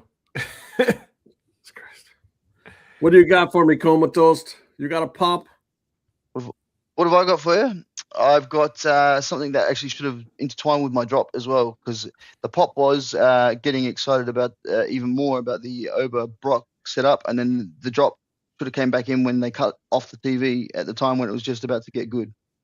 Yes. Yeah, I just don't know what else to say about that. It was like, what? It's like, I don't even want to compare it to what I was just about to think of, because it's probably not right for the ratings of the show, but it's pretty fun. Yeah, like I'm they blue balled you a little bit. No, but you can't just get a cake and go feed the starving and then put it behind bulletproof glass just before they're about to eat it, man. Like it's not right. It's not right. Dude. That's the wrestling business, though. Come back next week, see how. I get it, but why? Oh, but hang on, wait. When we come back to pops, so just That's all I'm saying. That's all I'm saying. The demon. You guys Just for need you, to Justin. fuck Just for you. demon. Just for you. He's Come gonna on, take man. the triple. I'm He's gonna take the happy to say. triple RRR champion. He's gonna the triple RRR, and he's gonna go be the champion of Mexico. I was saying this on Monday. I don't think we talk about enough about Finn. That's all I'm gonna say. Who? Yeah, who? The demon. The demon. Dead to me. Coming. He's coming. Triple RRR champion. We'll They're see. gonna add Look, him at the title match. I will say this. I'm not going to say anything good about Finn leading up to this, but on the day of WrestleMania, oh my God, I'm going to give it a fair chance. I will watch it with an open mind. If I feel compelled and I enjoy it, I will say it on the show. But until then, Finn Balor's still dead to me. WWE killed Finn Balor for me. And I was a big Demon fan. I was a big supporter of Finn Balor, but they've teased me and screwed me over too many times. So you'll come back around. That will do. We'll see. We'll see what they do with this. But man, it better be spectacular if they want me to come back into the Finn Balor camp. And the music better come back, and it better be the good version. I want this half watered down Roman Reigns, half a finger up. This is Roman Reigns. Build it, and they will come. Is like build it, and they will come. It's acknowledge me. It's not acknowledge me. It's acknowledge me. It's the fucking Temu version of Roman Reigns music right now. And if they do that to Finn, wow, wow. All right, Bear. My pop of the week is it was a good go home show for Dynasty on Dynamite. I thought it was a really solid show. There were some interesting things. TK finally listened to me when we were at the bar and talking, and I was like, yo, you gotta get these trios titles, but no. I like the War Dogs going after the trios titles. That's really interesting to me. Darby actually cut a really good promo tonight. He did, didn't he? It was actually a really good promo. I was like surprised. Yeah. I was like, okay, Darby, I see you. Who's this kid? What's going on here? Yeah, that United Empire thing was super dope. Like the whole them rolling up in the SUV thing and coming out, and there's this, and we finally know John Moxley is a dirtbag again, at least for this feud. Like I finally understand the lines is on. Yeah. We saw Christian Cage get his arm broken in, and let's be honest, Christian 100% deserves that shit. So I don't even feel that bad about him. That's like infinite karma coming to bite him in the ass. I mean, when you want to talk about stick work, man, in a week of some of the greatest mic work of all time this week, Christian Cage just keeps himself right in the conversation. Like Darby's cutting good promos, CM Punk's cutting the promos, best promo he's cut since the pipe bomb. Cody had a great promo on Thursday or Friday night also that got completely overshadowed by the whole McAfee of it all. But Cody's promo was, for Cody, probably one of his best. Okay. And but here's Christian Cage. You give him 31 seconds. And just everything out of his mouth was like, oh my God, what are you doing? Just freaking amazing. I love that dude, man. Oh, I do have actually one last drop though. I forgot about this one until now. I'm kind of bummed.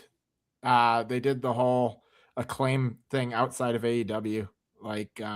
They had the match. That would be Byron's drop too. Like Byron was. I know, and that's why I'm bringing it up on his behalf tonight. And it bums me out because I'm a huge Mac Caster fan, and I don't think he's coming back. Okay, so you guys want to bring me up to speed on that because I have no clue what you guys are talking about. So it's like they had the whole Acclaim split up, and then I think they tried to do it on. It was weird. They did all these backstage segments, but nothing really came of it. And then Bowens and Caster had a match in what promotion? I can't remember which one it was. And anyways, that's part of the problem. Yeah, they had a match outside of AEW and they settled it like their beef. They kind of hugged it out after the match and everything. And there's just a lot of. I think Bowens. I think they see something in Bowens with the. I also finally found out what the 5-tool player meant because I don't watch baseball, so I had no idea what the hell that was. And so, like, I finally figured that out. But I think they see something. I think they see more in Bowens than they do Caster, which is weird because Caster just eats screen time. That was somebody that was the best wrestler alive gimmick. That was like you could give him 30 seconds of TV time and he would get it over. And so if they are really losing him, I do think they're losing a pretty big asset. I think some of that stuff is the Danhausen of it all. I don't know if there's room for all of that anymore or what. Well, but it doesn't seem like that's the thing that seems important. I'll give you a little insight on what happened. So, Caster, who was very in with a lot of top guys, by the way, at AEW, he's always had a little chip on his shoulder. He's another kind of Ricky Starks-ish guy that they like him, but at the same time, like he's prone to speak his mind at times or whatever. He showed up a couple of times and had been told that there was going to be something going on, and they shows up and they don't have anything for him. And he got ticked about this last fall. I think it was in October, and walked out. And a lot of people. Like, dude, wrestling is wrestling. Like, when people feel like you've disrespected the tradition of wrestling, people turn on you pretty freaking quick. And then even some of the people that I know that he's still good with, who are top guys who don't need to be mentioned or whatever, but like when you offend kind of the tradition and the sensibilities of wrestling in general, even those guys won't back you up. Like, your boys are not going to go against the years of it. And so there's no wrestler's court or anything like there used to be or any of that nonsense. But yeah, you're a little bit persona non grata when those things happen. And it takes a little bit of time for things to mellow out. And I don't think Max was really willing to, say that he was wrong for walking out like that. From the way I understand it. Now, who knows if any of this stuff is true or not? Like, these are all just the rumors and stuff that go around, but it also makes perfect sense. It's like a lot of the Ricky Stark stuff made sense. Like, him and Edge got a little thing, and like Ricky kept getting used and he would get pushed, but then he would get a little uppity, for lack of a better words, about certain things. And, and he had his opinions, and then he would go into business for himself every now and then. The guy's just like that, and so it rubs some people the wrong way. And over time, you rub two of the wrong people the wrong way, and then they're doing this backstage, and then all of a sudden you're fucking buried, man. Like, it's wrestling. These things are not new. And, again, Max has a lot of very powerful friends. And I think there's plenty of ways that he could work himself back into good graces. But I don't know if he wants to. He's kind of an awkward, standoffish guy. And, like, what you see is what you get with him. He's super fun, but super kind of weird, odd personality. Good. Every experience I've ever had with the guy's good. I got nothing bad personally to say about him, but at the same time, I could also see why he would not be willing to play ball with certain things at this point anymore. And honestly, I think Max Caster should be treated like a top guy. He's made that place a lot of money. I think he's a homegrown talent, and I think he deserves to have some of those top guy liberties of being a prick a little bit. Like, I don't want anybody to feel like they should be entitled, but if somebody was going to be, maybe the guy that did a couple million in t-shirt sales for you is the guy that gets to do that. Well, the dude also literally got buried for a year and was it went out every day or every week and took a loss, and made it entertaining every time he did it. Yeah. And I don't feel like that ever got paid off. I don't feel like the Acclaim thing got paid off. Yeah, that was stupid. It didn't pay off. Yeah. And it feels like a bummer for me because I enjoyed the character and I enjoyed it in there. And it sucks that the backstage stuff kind of caught up. But I don't know. I hope if he does leave. When they go to AEW, to this day, every single time we walk into an arena where AEW is, they ask one question. Do they have Acclaimed shirts tonight? Yeah. And I keep telling them, I'll get them off Shop AEW and blah, blah, blah. But they're like, but we're here. We're enjoying it. Like, you've got my kids interested in one Says group something. in your freaking promotion, and you don't have a T-shirt for them, and you're not putting them on the card anymore. Like, that gimmick was not dead. They could have run that thing 5 more years, man. They gotten them back together and ran it for a while. I mean, they were teasing it, and then they just didn't do it. It was DX, bro. It held down the mid card perfectly forever, and it was always going to do merch sales. It was always going to pop crowds every time they walked out. Max did his rap thing, whatever. Like, it just was a flawless gimmick. Yeah, there's just, and when you get one of those, you just ride it until the fans are absolutely sick of it. Like, sorry for you, LA Knight. You just ride it to the ground. They don't have any high level New of Day. respect. But They were New Day. Yeah. They were do New the Day. videos, man. Throw the pancakes. Fuck it. Do the thing. Sell the merch. Bailey when she was a hugger. Yeah. You know? And I hope he lands on his feet, though. I mean, I would love to see him get a run in TNA or something, you know, like somewhere where he could be a bigger, higher Would up. you You know, like to see him in WWE is the real question. Can he cut through the noise in WWE? Oh, man, I don't know. A lot of noise. I look at him and see kind of the Santana, like I could see like a Santana type run in like TNA, you know, where like he goes over there and kind of builds himself back up into like a main eventer there, or you know, higher up on the card. The thing with going to WWE is that like top guy over there, because I think he can go with Moose and Santana and Nick Nemeth. I think he can go with those guys and have it look great. And he can work the mic and do some of the rap stuff and have some fun with the crowd and whatever. Yeah. I think WWE would be tough because I mean they'd probably start him off in NXT, and then I don't know, I guess he'd have to really work it up because he's got the talent, and they obviously had the pull with like the Acclaim stuff, but in terms of like a strictly singles, he hasn't proven anything. I mean, he's entertaining as hell, but he hasn't proven anything as a singles thing, I guess, at like that level yet. And so he'd have to go to NXT and prove that he can do the singles thing and not just end up in another tag team or something like that. That's a tough market too, because you've got Ricky Saints over there who's having some issues now. You've got Ethan Page who still feels better in NXT than he would on the main roster. I think he will be doing great in the main roster. Like I think Ethan Page is still probably the biggest like what if from AEW for me personally that left. Like, well, I mean, he needs.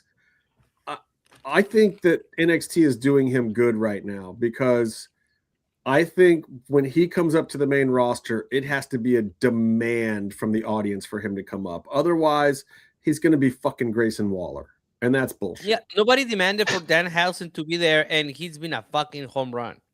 But Danhausen is a completely unique He's a marketing gimmick, man. Ethan Page is a smarmy, middle build white guy. It's not a gimmick that we haven't seen on WWE a million times. He is another version of The Miz. He is another version of Grayson Waller. He's another version of 20 guys that have been there before him. And I'm not saying he's not a good version of it, but honestly, it's tough to be an average white guy in wrestling right now. Like, where'd Shawn Spears go? He was all the talk 4 years ago. He's on NXT. Canadians get discriminated. That's what you're saying. I'm saying. I mean, ask Cody Rhodes how that's going right now, and he's not necessarily average. You know, he comes from Dusty Rhodes or whatever, but like, correct. To No. He is Latino, although he doesn't play it. Yeah, correct. But he's a white hot baby face, and you know, it's to some extent, it's I don't know. In this day and age, it's tough to do that. But like Justin said earlier, it's also you need those guys for PR stuff, and so I think Ethan will break through. I do, but I think he is one of those talent that's better off waiting until there's high demand. I think you saw what happened with Carmelo. Carmelo felt like a big star on NXT, but there was no demand for him on the main roster at all. And it's why they kept holding him back. And then all of a sudden, Trick started getting big too. And then they realized, okay, we can do this, but let's keep him down here a little longer. Let's build up Trick a little bit off of him. Send him first, then bring Trick later if he can get it done, which he did. But Carmelo had a terrible time. I mean, he was doing best of sevens with Andrade, wallowing in low mid-card nonsense. And here was this guy that everybody in the back loved, but the crowd just didn't care, you know? We got to make the crowd care. I mean, you got to. I just think at some point, it's like, but you can't always, even if the talent's good. Like Apollo Crews was Carmelo before, like, and it never ever happened. It never happened.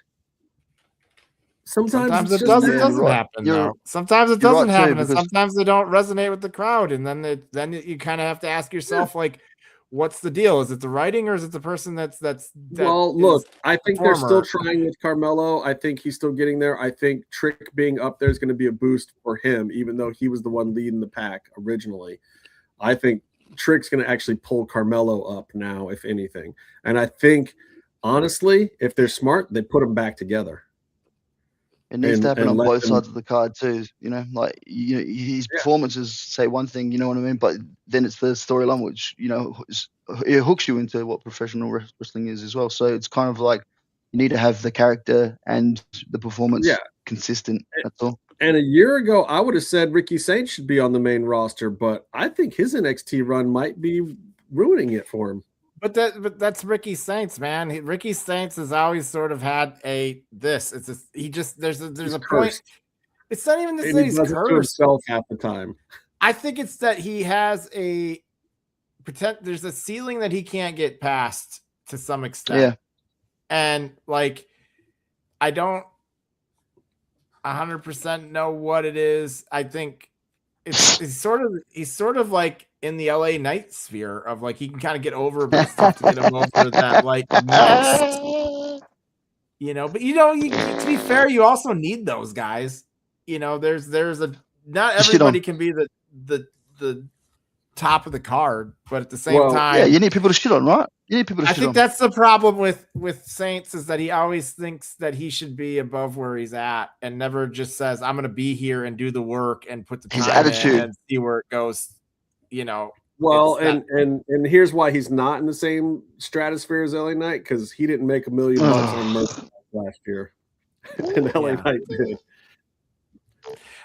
My point is that the shirt that is not selling. my point on that is that I think Ricky Saints' ceiling on the main roster is LA Knight.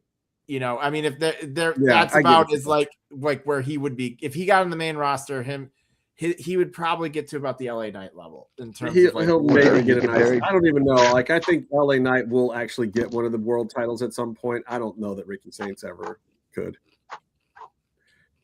Maybe an IC title at best. Gentlemen, it has been great. We had fun with Hernandez. That was an interesting, odd, crazy thing. And another Lucha Underground guy that we never got on the show before. Now, here it is. 10 years later, still getting Lucha Underground guys on this show somehow. And even before that, he was TNA. I remember his TNA run. That was fun. Oh yeah. I mean, and that was great stuff. I was a big fan of the original LAX, and Homicide is one of my faves. But it was great to have him stop by, and at some point in time, we'll probably cut that out as a separate piece, so you don't have to listen to all our nonsense. But thank you guys for joining us. Thank you you three gentlemen, for including Meefloaf, who jumped in even though he wasn't going to come on tonight. But Hernandez was raring to go, and Meef was like, "Oh, I'll pop in. Fuck it." But this has been a fun and interesting, weird MMM show thing. Tony rocking it CMLL style, Hernandez and Big MF rolling through, talking about the bizarre case of Phil Baroni, who may or may not have killed a woman in Mexico that he's in jail for right now. Yeah, I got lost in that story. These are the random things that you only get here on the MMM show, guys. You got to just buckle up and hang on for the ride sometimes. And Toma giving us this lovely jam right here. Good. That's great.